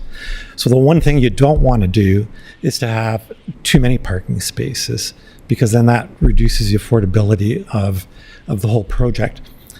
And what our client is proposing to do in this instance is to implement probably a fairly new term, but traffic or transit demand management is what we're looking to implement here. It's relatively state of the art. It's starting to happen more and more in places. One of the main things we're looking to achieve here is to do what's called unbundling the parking space from the residential unit. So when you buy the residential unit, it would cost X dollars, and the parking space would be sold separately and cost Y dollars. So then people looking to buy the unit, not every single purchaser by necessity has to pay for a parking space. So that's something that's really starting to happen, and particularly in smaller units, it's becoming more and more prevalent, where the purchase cost is a really sensitive issue, and somebody doesn't want to spend $35,000 or $40,000 on a parking space if they don't need that parking space. And it's part of what's happening in the change in demographics and how people are living today.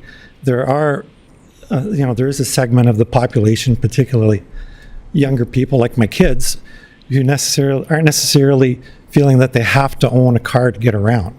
They're quite comfortable with car share. They're quite comfortable with calling Uber or Lyft for a ride. They're quite comfortable taking transit. So there is that part of the population that is definitely something that we have to consider when we're planning a project like this that's going to be around for decades and decades, right beside a major transit route on Dundas.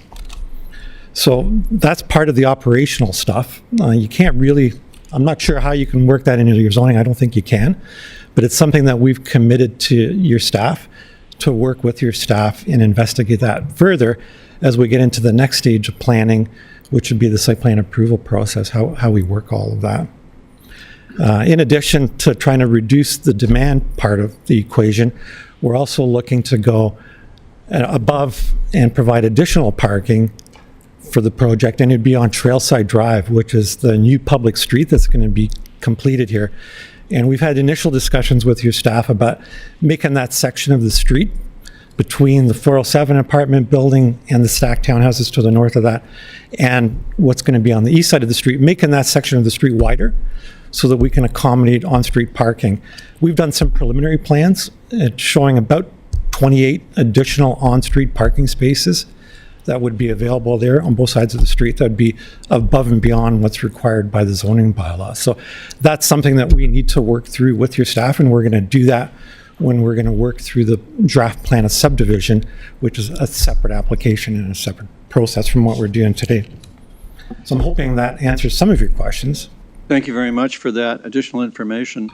Having regard for what Ms. Dalrymple talked about in terms of needing to make an adjustment to the proposed zoning bylaw to facilitate the shared planning, the shared parking that we were discussing earlier. Do you have comments on that? Yeah, it's very simple to do. And in fact, this council has done that on several applications, a few that I know of specifically, north side of Dundas. And it's quite common. It just allows for the residential visitor parking and the commercial parking to be shared.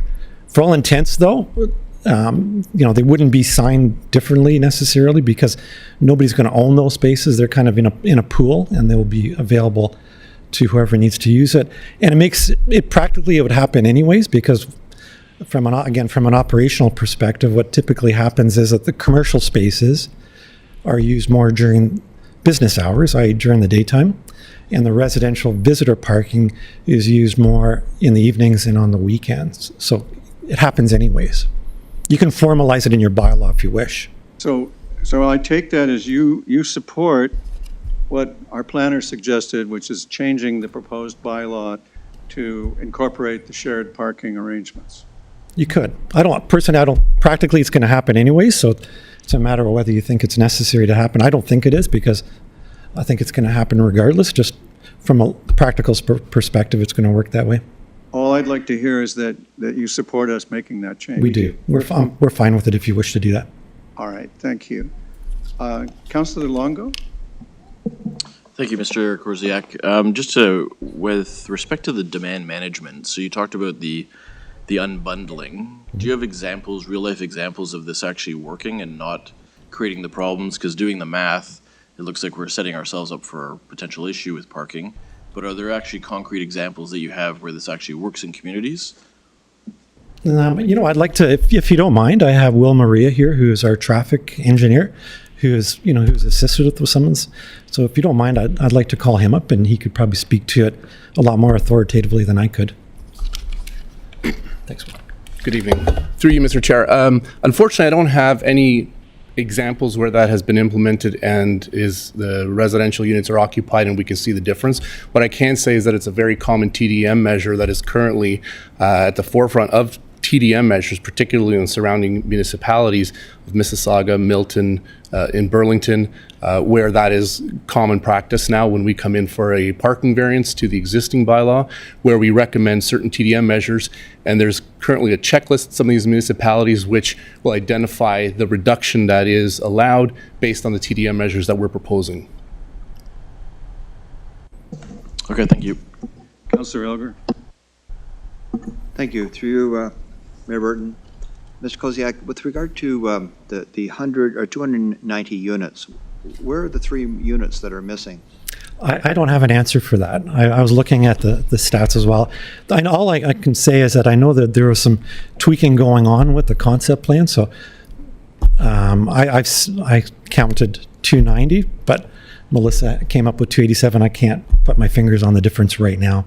Okay. And to be quite frank, 290 is something that might still change by a couple of units, either up or down, depending on the final unit mix that comes out of the kind of the prior to the site plan approval stage, where my client would go and get expert advice on where the real demand is in the marketplace and then try to fill that demand with providing the right mix of unit types. Okay. Do you have any examples in Oakville of condos where in fact they have so much surplus parking that nobody wants? I don't know of one, and in fact the opposite. In fact, now people are trying to get parking. It's not that just north of here, and it's $67,000 to try to get a parking spot, and there are none to be had. Mm-hmm. So do you have any examples of buildings where there are surplus parking? I don't know one in Oakville, but I certainly know one that I worked on in Burlington where that was a real issue. And in the end, my client essentially had to give a number of parking spaces away to the condominium corporation just to be rid of them. So when I look at the mixed-use building where we can have 363 spaces for 290 units, correct? That includes, though, the visitor parking for the residential, as well as the stacked towns, as well as the commercial parking as a total, I think is what you're looking at. So that's different than what I show on page 34, so perhaps you can tell me. If you have the report, on page 34 on the table, if you look at mixed-use building, it says, based on 290 units, we can have 363 spaces for that number. If it was 400 units, it would be 400 units times 1.25, the ratio. Or, am I reading something incorrectly? Are you looking at table 1? I think our page Yes, numbers I might am. be different. Yes. Yeah, table 1. Table 1, yes. For that specific mixed-use building, the ratio is 1.25 per unit, Which is the maximum, right? which is the Which is the maximum, maximum. correct. But that still meets the zoning requirements that we have. As the maximum, yes. And your zoning requirements also allow for 0 parking. They allow for 0, but we can have 363. So that, I am reading this correctly then. The 1.25 is the ratio. That's correct. Okay, thank you. I'm assuming. Thanks very much. Appreciate it. Councillor Sandu. Thank you, Mr. Mayor. Thank you, Mr. Krasiak. Could you talk to us a little bit more about the parking being used at different times? Like, what if a business is open late? How do we know that the business is actually going to be able to offer up its space for visitor parking? Yeah, the business might be operating. It's not typical, but it might be operating. Okay. So I'm not saying that that's a given. I'm saying that that's something that is common that it happens. Again, Will has done parking studies on exactly that stuff. I'm sure he could provide you better advice than I, but it's a common thing. Okay. And then the other piece I have, and Councilor Longo kind of touched on this earlier. So if I'm just thinking about this purely from a math play, if I'm a new resident to Oakville, you've unbundled the parking for a unit. It costs me $50 a month to get a North Oakville parking permit to park on the street. Mm-hmm. That's $600 for the year. If I'm going to live there for 10 years, that's $6,000. Why would I get one of your parking spaces? Pardon me? Why? One of your parking spaces that's going to cost me potentially $30,000, $40,000. Maybe you don't want either. Like, again, this is getting a little bit hypothetical here in terms of what we're discussing. It's the principles that we're discussing here. Typically, these units are going to be smaller. Typically, it's going to be, 1 car per unit. We're trying to discourage people from having 2 cars. There's alternatives so that they don't have to have 2 cars, and they can make that economic decision when they want. I don't know. I guess where I'm struggling is I'm seeing the way that Ward 7 is continuing to develop, and I understand where the planning department has gone with this, or where planning has gone generally from a provincial perspective in this area. My concern is that we're going to continue on the pattern that we've been on before, and this isn't necessarily your own issue to wear, but my concern is in Ward 7 we're going to continue down this path of having not enough parking, and that it'll create additional strain specifically around that area because we have a very busy school in that area. Still already not enough parking for teachers. There's already not enough parking for residents in the area, and now if we have people choosing to park potentially, hypothetically, on the street instead of buying a $30,000 to $40,000 parking spot, we're going to perpetuate an issue even further. I guess the only other piece that I have for this is you're still kind of massaging the right mix of units. Is there potential when your consultant comes back for them to be mostly 2-bedroom units? Or do you think that there will be a healthy mix of every type? All indications are there'd be a healthy mix because that's where the demand is, particularly smaller units. There's a pretty strong demand. Got it. But again, that changes. That needs to be reassessed in the near future. Got it. Okay. That's all I have for now. Thank you, Mr. Mayor. Thank you, Mr. Corsair. Anyone else? Councillor Chinna. Thank you, Your Worship. Mr. Korsiak, generally, does the developer have their own real estate person who sells the condos? Is that generally, are they bundled together? Pardon me? Are they sometimes bundled together or ever? Because what I wonder is if the real estate person overpromises on the parking and yet so whoever's buying it doesn't really realize they're only going to have the one space or potentially no space. No, you're buying it. It's not like you're buying a house and you have a driveway and it's how many cars can I get in my driveway? Like you're buying a unit and then your decision is, do you want to buy a parking space? And then you own a specific parking space. So there's no real over-promising. Like, it is what it is. Okay. But you've just told us that they've unbundled these. That's the idea, to unbundle it. So you don't have the to buy buyer beware, they're completely aware of what they're getting, because then when they buy the place, they come to the counselors to say, I have a problem with parking. So I'm just wondering if that's why the question was, if you have the real estate working with the developer at the same time when you sell the units. If your question is, would the potential purchasers be offered a parking space at the same time they're buying a unit? The answer is yes. So they have a decision point. Thank you, Councillor. Councillor Adams? Would you mind explaining to me how the secondary market for both the units and the parking spaces work? Just like any other condo, like when you own the space, when you own a unit, if you buy a parking space, you'll also own the parking space. But that parking space is separately titled. Can you sell the parking space separately from the unit? Forever. That I can't give you an answer on that one. I'm not a condo lawyer. I don't know how this will be structured. Can't tell you. Thank you. Alrighty then. Commissioner, what have you got for us? Council, we've had quite a few discussions on parking, particularly in North Oakville. I'm assuming you're finished with Terry's questions. I just wanted to provide a little bit of a perspective to you.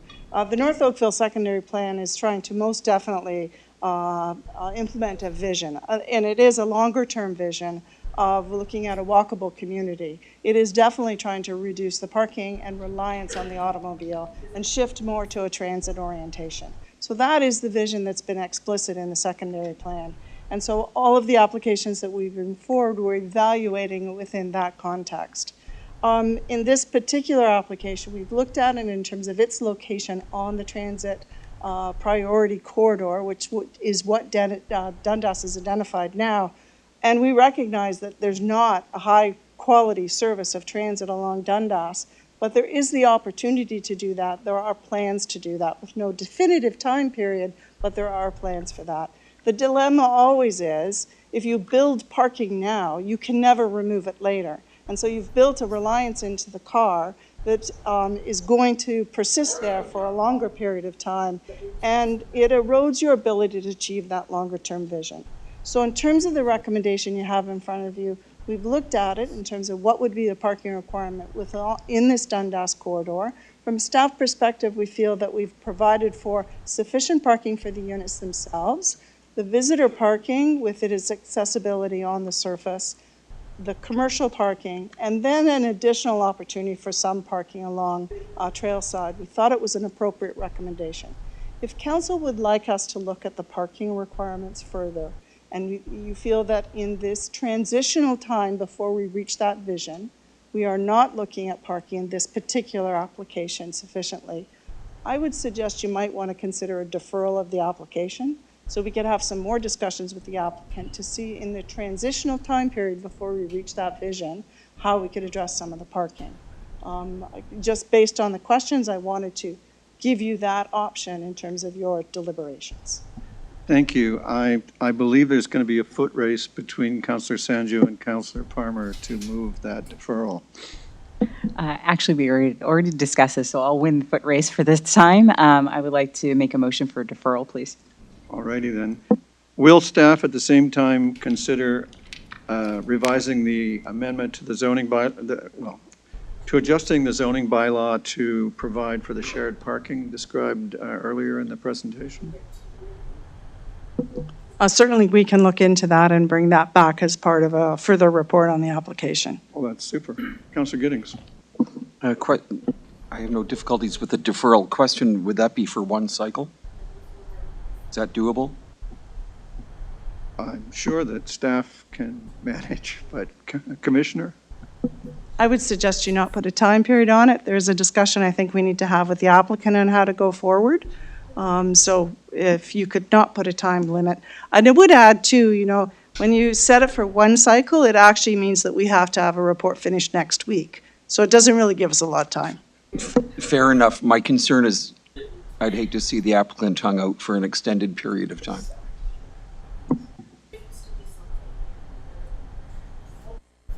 Oh, my. Counselor Knoll. Thank you, Worship.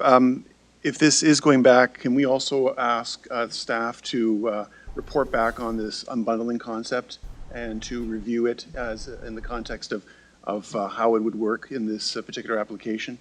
I think it'd be worth exploring and seeing how it would impact how this application goes forward. I hate to tell you, but 40 years ago, I lived in a tower in Ottawa, and we had it then. It's pretty simple, and the description I thought was plain.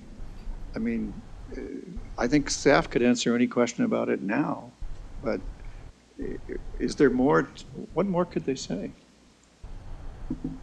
Your Worship, I'm just asking if they can include that in the report when it comes Sure. back, just to respond to the applicant's suggestion. I also owned a condo in Windsor that was unbundled. I didn't buy a parking space, but this is something new to Oakville, so I would like to understand the implications in the Oakville context. I'm sure staff will be happy to include some reassurance about it. Councillor Grant? I'm sorry, Councillor Adams? Would staff be able, I'm not really sure if this relates only to this particular application, but there was a very good set of questions around the relative cost of on-street paid parking from the town versus the purchase price of a underground parking spot and the relative economics of those two things. And I know that we have a couple of reports coming back regarding street parking permit process and that kind of thing. And I wonder whether we need to consider the relative costs of private parking that's required as part of our zoning bylaws versus the relative cheapness of street paid parking. Councillor, is that a request for report that might be more properly put on February 25th? Is it particular to this? Well, it is to the extent that the question was raised as part of tonight's discussion by one of the ward councillors. But I'm not sure if staff are contemplating that as part of the other report that's already on our books. And maybe staff can answer that. I'm just worried that we're trying to drink the ocean, all of us. I'm very aware of that, and that's why I prefaced my comment with that this might not be related to this only. I'm trying to help agree with you on that. Thank you. So I don't know if staff can tell me whether they're already including it in something else or not. If so, I'll stand down happily. My understanding of our work is we would need to put in a request for that specific general report on our general policies in order to deal with this general problem.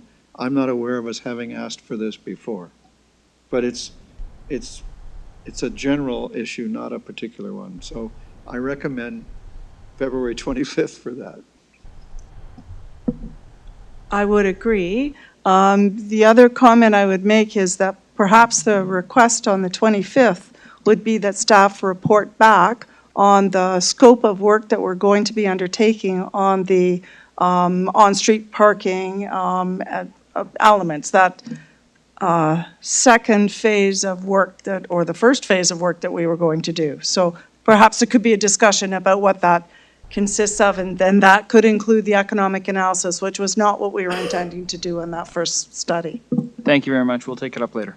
So my office and staff will work with any counselor who wants to do a comprehensive report on anything you want. And I look forward to both of these, working with both Councillor Sanju and Councillor Adams on those two different questions. Councillor Grant, I did see your hand up. Yes. Turns out, right? Just giving a fair turn to people who got it first. I have one small concern, pardon, with there seems to be a nebulous thing where you say this transitional time between the modal split. Alan Elgar, Councillor Elgar mentioned earlier how we haven't seen the needle move whatsoever on any of this. And I know back in 2005 when talking to Rob McIsaac at Metrolinx was like, yep, Dundas is going to be a BRT. We're going to have a high-speed transit system up there. It's 2018, 2019. We've not seen that at all. So what would we consider to be this transitional time? When do we think that there would be some movement? My reference to transitional time was a transition of development within North Oakville. The vision is the ultimate development build out of the community when you would have all those elements in play. Right now, we're missing a lot of the community elements. We're missing a lot of the daycares, the restaurants, all of those kinds of things. So transitional is until the community builds out. Perhaps if we didn't say transition, we could say, looks like there's going to be a period between now and when, until, and I took the commissioner to opening for the first time in my memory, the prospect of moderating or changing our policies until then, like opening up a little period where councils actually might get what we're asking for on this front. And Councilor O'Meara, thank you for your patience. No problem. Thank you, Worship. I'm just wondering what our liabilities are with the deferral. Are we on the clock here? Is there, what are we exposing ourselves to by deferring this for another month, 2-3 months, if at all? It would, by deferring it off of this date, we would be beyond the timeframes in which the applicant could appeal for a non-decision. You, though, have a staff report from staff that's here, and I would expect that because we're deferring it for one specific issue to do with parking, that the applicant would be working with us in order to resolve that issue so that we can report back as quickly as possible. I appreciate that. I wouldn't mind, Your Worship. I know it's unorthodox, but just to hear from the applicant one more time if they're willing to work with our staff on this or if we're going to be up a creek without some things. So, thanks. Councilor O'Meara begs the opportunity to inquire, Mr. Korsiak, as to your degree of cooperation on this. And thank you very much. We do appreciate being asked. Our style is to work with your staff and to try to work with council to see the right thing happen. So we'd be happy to work with staff to try to respond to some of these questions and comments that we've heard tonight. But that being said, it would be appreciated if this wouldn't drag on for a long time, and if we did have some sort of end date in mind when the report could come back to council. So, the commissioner said the next cycle might be too soon. I'm not sure what's the right thing, but I don't really want to see this thing drag out for months and months with no end game. Commissioner, what's your best offer?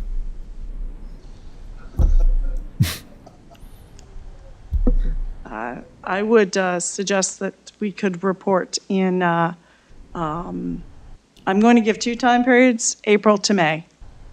Mr. Korsiak.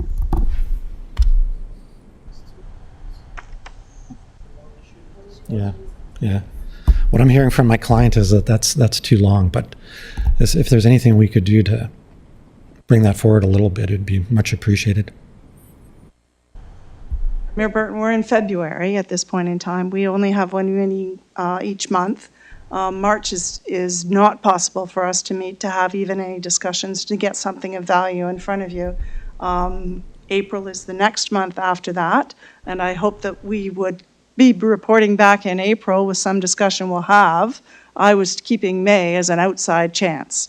So I again, we'll work with the applicant as quickly as possible to bring something back, recognizing there are some timeframes in play here. I heard April. What do you say? I heard April. April's okay? Yes. It's lovely doing business with you. Thank you. All right, thank you very much. It is moved by Councillor Sanju that this be deferred until April for the purpose of dealing with the parking issues as identified in our discussion and noted by staff. Is that satisfactory to everybody? May I call the vote? All those in favor? Opposed, if any, and that carries. Thank you, everybody, for your patience and your good work on the file. So, did we get receipt of this? Yes. Okay. So, shall we go to 9? Number 9. All right, council, we're at almost the last item in that there is also some minutes to deal with after. And we have a presentation from Kirk Bigger on the information report about the province of Ontario's proposed amendment to the growth plan for the Greater Golden Horseshoe. Motion will be to receive the report and to submit the report and to forward it to our colleagues in Halton. Mr. Bigger. Thank you, Mr. Chair and Council. Good evening. This next item, your final item for the evening, is item number 9, and it's on page 57 of the addendum agenda. And it's titled Information Report on the Proposed Amendment to the Growth Plan, and it's part of a provincial consultation. So the information before you and contained in the report is to be forwarded to the province as well as comments in this process. Just a quick overview of the presentation. We're going to look at some background, an overview of the changes, a lot of detail in the report. We're going to break that down into some categories around housing, intensification, complete communities, employment planning, intensification and density targets, and transit-oriented development. Just a little bit of background around the growth plan and where we find ourselves today. This journey began, I'll say, back in 2006 with the first growth plan, and then a series of reviews undertaken through 2015, 2016, and a new growth plan that came to us in 2017. And with a new government, again, we're looking at some changes to that growth plan, and those are the topic of our discussion this evening. And staff has been engaged and I believe also other members of the corporation in the discussions around changes at the provincial level. We've been to meetings that led to these changes, and to hear it described in those sessions, Growth Plan 2006 was over here in terms of flexibility, and then 2017 was over here in terms of being less flexible. And so these changes are trying to address some of that implementation difficulty that has emerged through 2017 into this proposal in 2019. So in terms of this current engagement, we are in a short time frame, which is why we're here this evening. The commenting period opened on the proposed changes in January of this year, and the commenting window closes on the 28th. The province has put forward broad categories of change around employment planning, settlement area boundary expansions, small rural settlements, natural heritage and agricultural systems, intensification and density targets, and major transit station areas. Not all of these topics are directly applicable to Oakville. They are all covered in the report in some fashion. I'm going to touch on the ones that are perhaps more important to us this evening. There's a key change proposed in the growth plan, and it's this introduction of market and housing demand that's emerging as a theme. And as planners, it's not a typical topic for us in our land use documents to be dealing with market. So it's a new theme that we're seeing, and it's come up in a lot of other proposals from the province as well of late. And so this is a comment that we submitted under the housing supply engagement of last month through our HAP joint submission. So that as a new theme, we're requesting, in order to implement these changes, that additional background and tools and guidance to assist planning authorities in these decisions should be developed. We haven't seen an analysis that would support these types of changes. We feel that it's missing, and we think the province should be coming forward with perhaps a bit more to help us through this process. Another area that caught our attention, I'll say, here in Oakville, around the proposed changes to the growth plan were some language, some changing in language around urban structure. So currently there's a policy direction, a strategy to accommodate intensification and direct it into a preferred urban structure. That language is proposed to be changed to encourage intensification generally throughout the built-up area. And that's actually a return to language from the 2006 growth plan. So you can see how this pendulum of land use policy is swinging in a sense. Staff feel that the idea behind an urban structure, and this committee has heard a lot of that over the last couple of years as we have undertaken our own urban structure work here in the town of Oakville.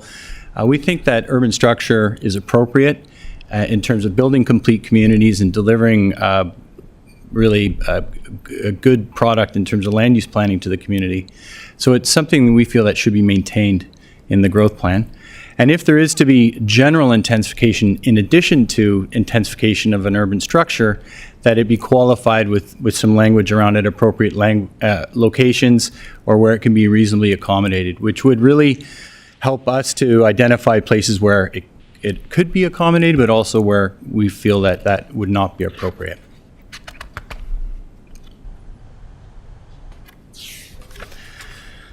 Another theme, if you will, that's highlighted here on the slide, achieving complete communities, a very strong theme in terms of planning and the land use planning framework in Ontario. There's been a change in language to remove direction to ensure high quality development and high standards of design are maintained through development.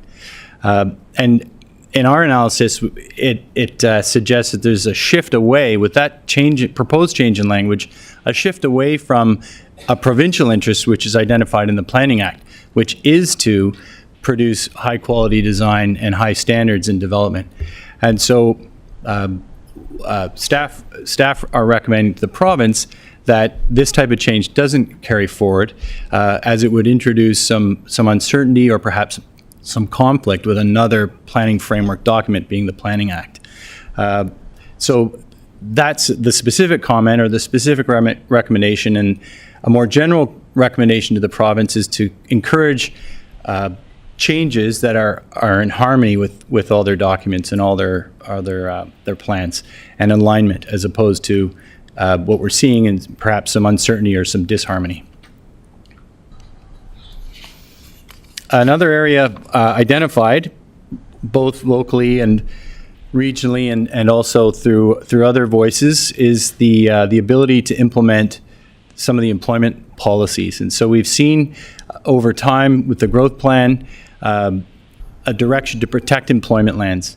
And there is the notion of a municipal comprehensive review, which is a way in which planning authorities would undertake a comprehensive process to evaluate a land budget and a need for employment land, residential land, commercial land.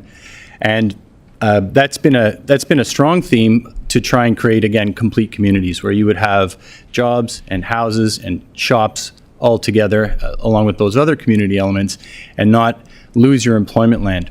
Because it's easy to build houses, it's not so easy perhaps to build offices.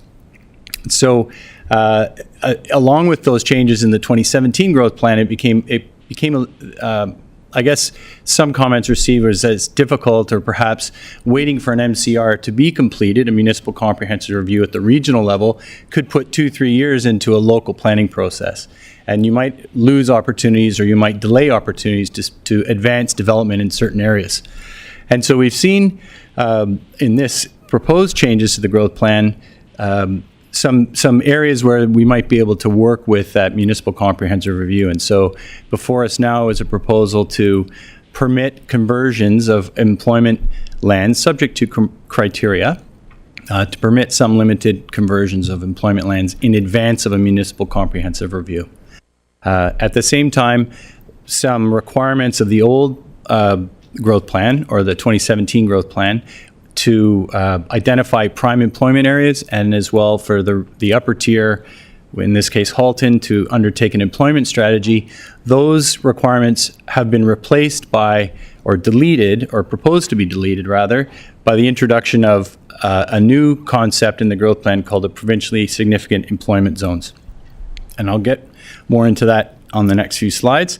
But we're seeing, I guess in a sense, the province has done the work of planning for employment in identifying some significant employment zones, and that's advancing that component that had previously been a requirement of the 2017 growth plan.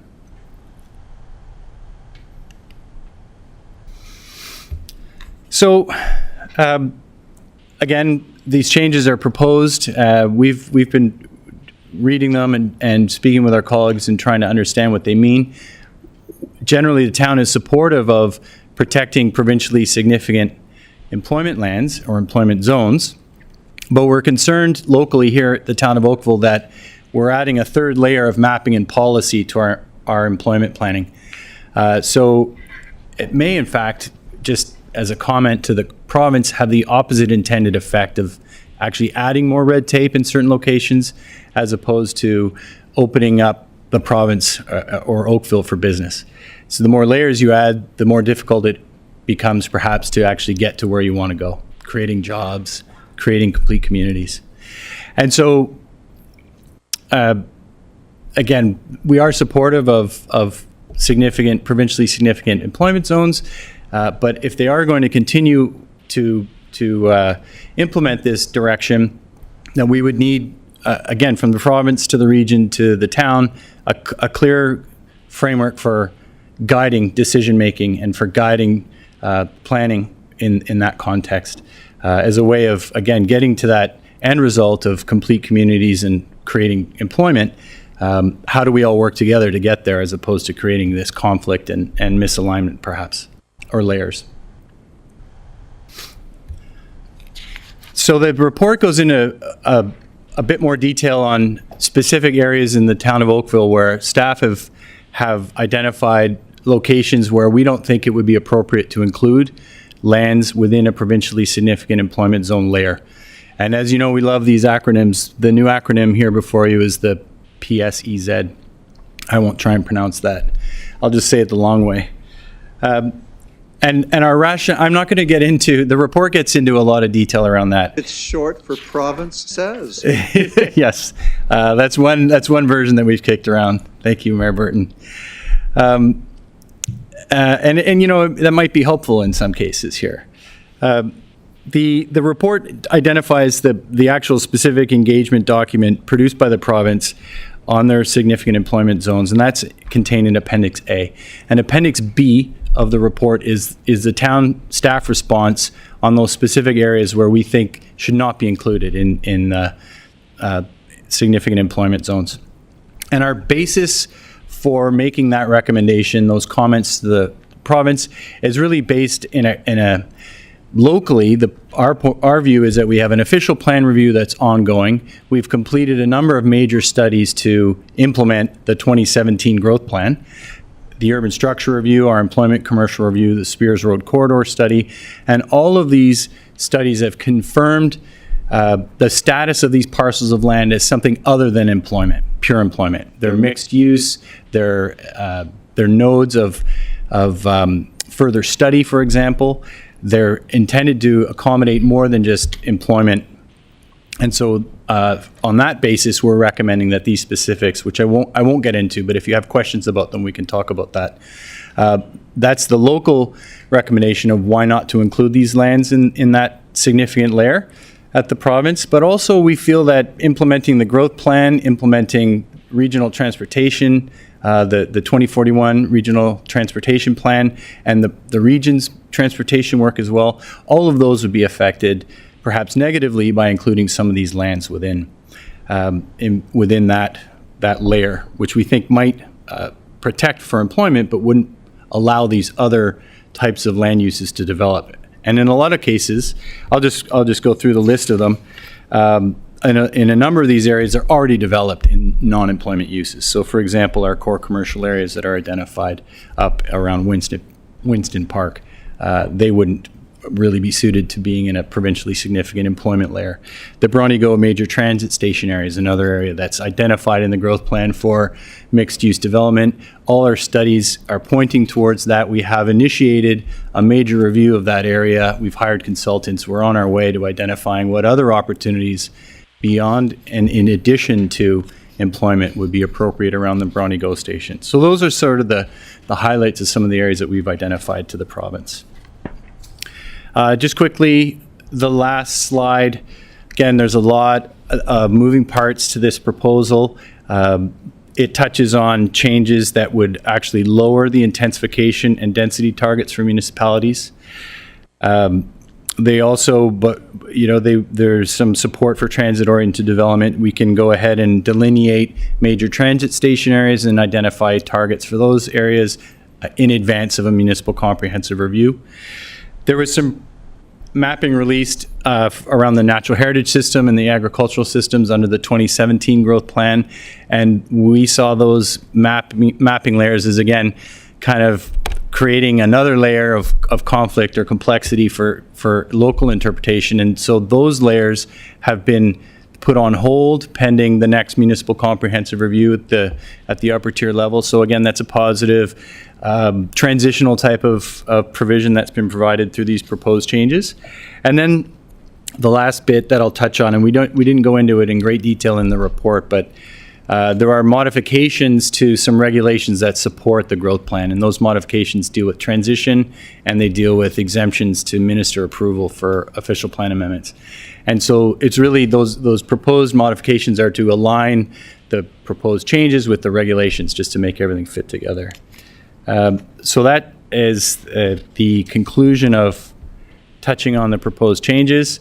The recommendation before you this evening is to receive the report and then to submit the report to the province. The commenting deadline, as I mentioned, is February 28th, and then to circulate and forward this report to our sister municipalities in Halton Region. And Thank you, Mr. Bigger. sorry, just a final remark. Our next step here is to be available to the province for further discussion to refine these comments and make changes as required. Thank you, Mayor Burton. We know who the boss is. And we have at least two members of council who'd like to ask you questions, beginning with Councillor Giddings. Thank you, Mr. Mayor. Through you. Mr. Bigger, Area G, just off of Ford Drive, direct access to Ford Drive, I take it that the province feels that that may be a good location as a result of Ford or potential rail traffic or major regional road. My question is, I think it was back in 2016 or 2017, I thought that MPP Flynn at the time the province gave that to Conservation Halton as a significant natural heritage property, and it's now Wildflower Woods. So I'm just wondering, who owns the land? Well, I'll just speak generally to what the report has said about what can happen on the land. And it's almost like this is perhaps a mapping error, Councillor. Our official plan, the region's official plan, identify these lands as natural area and Parkway Belt West plan. And so that's for no development or very limited development under provincial policy. So that's why we're recommending it not be included in that layer. As to ownership, perhaps, Ms. Childs, were you going to make a comment about ownership? No. But so irrespective of the ownership, our recommendation is that it's not appropriate to include in that layer, and it is sufficiently protected for the wildflower woods and those sort of open space and natural area qualities that exist there. So would it be possible to show them or let them know that the province gave those lands, why they gave them, and that thanks for your interest, but remove it from the map?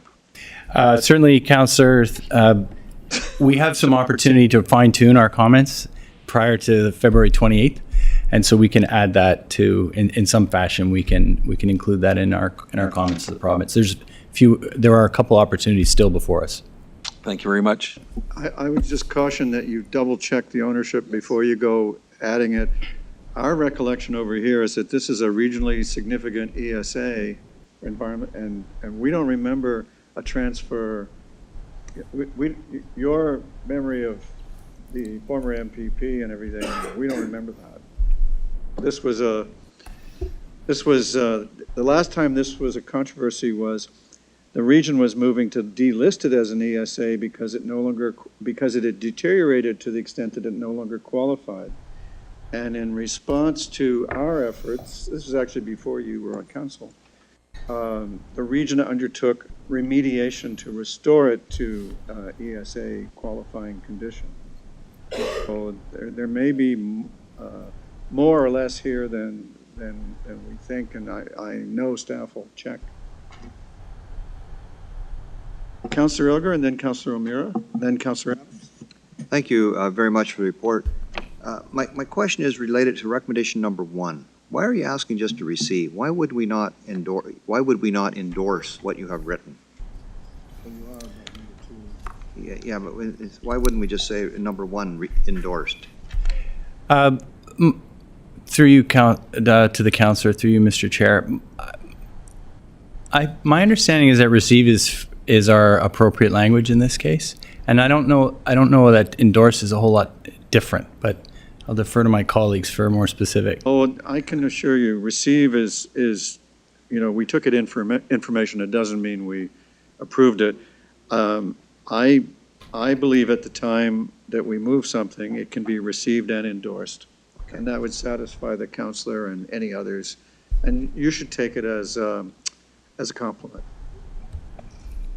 You, plural. I understand that one person doesn't do it all. Councillor O'Meara? Thank you, Worship. Just wondering, firstly, if this could be circulated to AMO as well. And they probably share some of the concerns that we have on this. And I'm wondering if you might delve a little deeper in terms of the encouraging intensification outside of the urban structures, but encouraging intensification within the delineated built boundary. What does that mean for stable residential neighborhoods? Through you, Mr. Chair, to the councillor, the delineated built up area is in Oakville, essentially south of Dundas. And that's an area identified within the growth plan framework for the intensification. And then those lands to the north are identified as designated greenfield areas. So they're treated a little bit differently in the policy. We have a situation, again, largely of residential areas established south of Dundas within the built-up area. And so general intensification within the built-up area means not just that urban structure, but perhaps in other areas. And that's why we were also bringing forward that commentary around where appropriate or where it could be reasonably accommodated as a way of qualifying where that might go. So would I be correct in my comment then, plots of land or land assemblies outside of growth areas away from urban structures are now more fair game than they would have been prior to these changes? Through you, Mr. Chair, that's a fair statement, Councillor. That could be one way of interpreting a direction like that. And again, that is a concern when you have a structure. And what's important to remember in an urban structure is you align your infrastructure and all your other facilities along that urban structure. And so having a more spread out approach to accommodating intensification could lead you in that direction.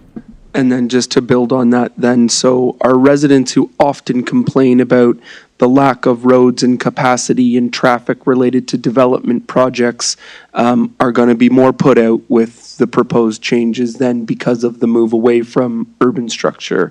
Is that correct? Well, I won't comment exactly on how the existing residents are going to respond, but I'll say generally, Councillor, that the types of changes that intensification bring to neighborhoods, there's a risk that that'll be found in other parts of the community. Yes. Thank you. Thank you, Your Worship. Councillor Adams. Oh, before we go to Councillor Adams, Councillor Knoll has a little tidbit following up on Councillor Giddings' question about Wildwood Area G. Flower Woods. Yes, Your Worship. I just wanted to mention that during the conversation, I looked up on the property ownership map that we have access to in our council portal. I note that the properties in question in G, most of them in G, with the exception of on-ramp and off-ramp lands, are actually owned by us. So that's gives us a little bit more surety, I think. And Councillor Giddings was right. The province did give the woods to Conservation Halton. And Councillor Adams. Thank you. I'm not sure if you've got Area E available, but that's the Winston Park area. And Councillor Lashina and I were scratching our heads when we spoke about it earlier about how they chose to exclude some lands while including others. You've noted in many areas chunks that you think should be excluded and dropped. Are there other areas that you think ought to be included for consistency basis? And so in particular, for example, the area at the northeast corner of Upper Middle and Ninth Line, where there's a bunch of smaller chunks of land ownership. And there's, as I understand it, a subdivision, an employment subdivision being contemplated in that area. Is why one and not the other, I guess, is my question. We were, thank you, through you, Mr. Chair. We were confining our main remarks to areas that should not be included in the employment zones, the provincially significant employment zones. Again, if we feel that another layer is going to introduce uncertainty or complexity into our process, the less in it, the better. We didn't go and look too closely at what could be added. But we could have a discussion and explore the merits of this parcel and whether or not it could be included, and have those comments go forward as well. Okay, I thank you for that. I'm a little bit baffled by the whole thing because I'm not really sure I understand what the benefit of the whole thing is to anybody if we're already basically doing it at the municipal level. It does to me seem like an extra unnecessary layer. Thank you very much, and I do appreciate many of the comments you've got in many other areas. I fear that a lot of this is really aimed at creating more sprawl than we've ever had before. Councillor, the extra provincial layer would just be the province getting in its own way yet again. Councillor Sandu. Thank you, Mayor Burton. Just with regard to the two areas that I'm seeing marked off in Ward 7, pages 83 and 87. Can we start with page 83? Can you just help, actually for both of them, can you help us understand how it maps back to the original plan? We're understanding that they're currently zoned for residential. What would they be in the new zoning? Okay, so Councillor, through you, Mr. Chair, you're referring to areas B1 and B2? Correct. In the Appendix B? Correct. And so I'll just pull those up here as well on the slides. Good thing I made these slides up. So these are urban core areas. They're slightly different. The area B1 is identified as Trafalgar Urban Core, and it is largely an employment area, but there are some non-employment uses also permitted there. The idea behind the North Oakville Urban Cores is it's part of our urban structure nodes and corridors. They're intended to accommodate a mix of uses, transit supported development, and very high densities in these locations. The fact that the province only put part of the Trafalgar Urban Core or omitted a portion of the TUC from their zone and not all of it, we thought was inconsistent. And we thought the TUC, Trafalgar Urban Core, was better suited to being out of, so that's B1, to being out of the zone, the provincially significant employment zone. B2 is the north side of the Neagawa Urban Core. And it's a little bit different because it is also identified as an employment area, but also our new urban structure identifies that as an area, a node for further study. And so we want to have some flexibility there to explore what other uses would potentially be appropriate there in addition to straight employment. Sorry, you were talking about B2 specifically? B2, that's correct. Yeah, that's the Neagawa Urban Core, the north half. And that one, we're not sure exactly what's going to go down there, or we haven't planned that out fully, correct? We have already a secondary plan in place for those lands. Okay. So that's the North Oakville plan. Okay. But we have identified an urban structure that we think it has potential for something else, and we want to maintain our opportunity to study that and not have the province say it should be this, which is effectively what that layer would be doing. Councillor, when we put the study designation on a piece of land, it means we're thinking about changing it. Mm-hmm. And it's everybody in the game understands what that means. And what Mr. Bigger, and I'm sure you got it, but the folks at home might not have. What he's talking about is this would tie our hands and we wouldn't be able to do anything. Understand. Would that be the same then for F on 87?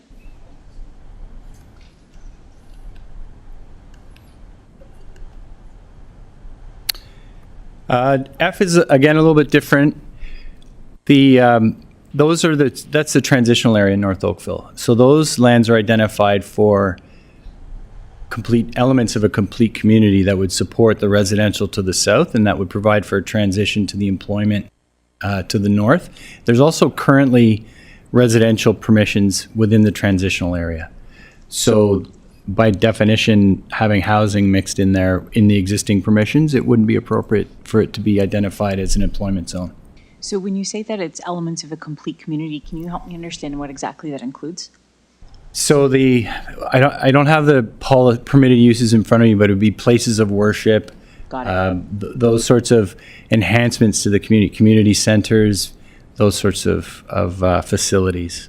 So then, and the recommendation says that having this designated as employment lands wouldn't be acceptable, correct? That's correct. Okay, perfect. Thank you. We're suggesting, we're recommending to the province that these lands not be included in their employment zone layer. Excellent. Thank you very much. Okay. All right, I believe we have got to the end of this, and that Councillor Elgar might be moving. One, that the Planning Services Report, Information Report, Province of Ontario, proposed amendment to the growth plan for the Greater Golden Horseshoe be received and endorsed. Two, that the Planning Services Report, Information Report, Province of Ontario, proposed amendment to the growth plan for the Greater Golden Horseshoe be submitted to the Ministry by the commenting deadline of February 28th, 2019. Three, that the same Planning Services Report be forwarded to the Region of Halton, City of Burlington, Town of Halton Hills, and the Town of Milton for information, and to all Halton MPPs, the Association of Municipalities of Ontario, the Large Urban Municipal Caucus of Ontario, and the mayors and regional chairs of Ontario. Anybody want to add anybody else to that list? Did I get them all? May I put the vote? All those in favor? And that does carry. Thank you, everybody. Now, if we go to the advisory committee minutes, you have had a chance to review the minutes of the Livable Oakville Council Subcommittee from January 14th, and they're moved by Councillor O'Meara. May I put the vote? All in favor? And they are approved and received. And the Heritage Oakville Advisory Committee minutes need to be received. Moved by Councillor Giddings. All those in favor? And that is carried also. We now need a motion to rise and report to council. Councillor Lischina, all those in favor? Thank you, that carries.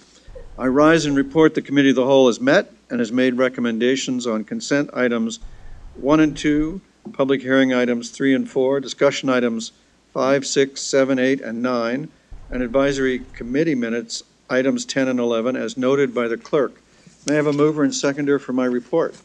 Councillor Parmer, thank you, and Councillor Chisholm, thank you. All those in favor? Thank you, that carries. The report is adopted. Is there any new business of an emergency, congratulatory, or condolence nature? Is there a mover and seconder for a reading of the bylaws? Councillor Knoll, and I'll just get one over here. Councillor Robertson, we'll get you in the minutes. And the bylaws are as listed in the agenda, with the exception of the bylaw 2019-06, which we referred back to staff earlier. All those in favor? Opposed, if any, and the bylaws are confirmed. Thank you for your time and attention. It's been great working with you, and we are adjourned.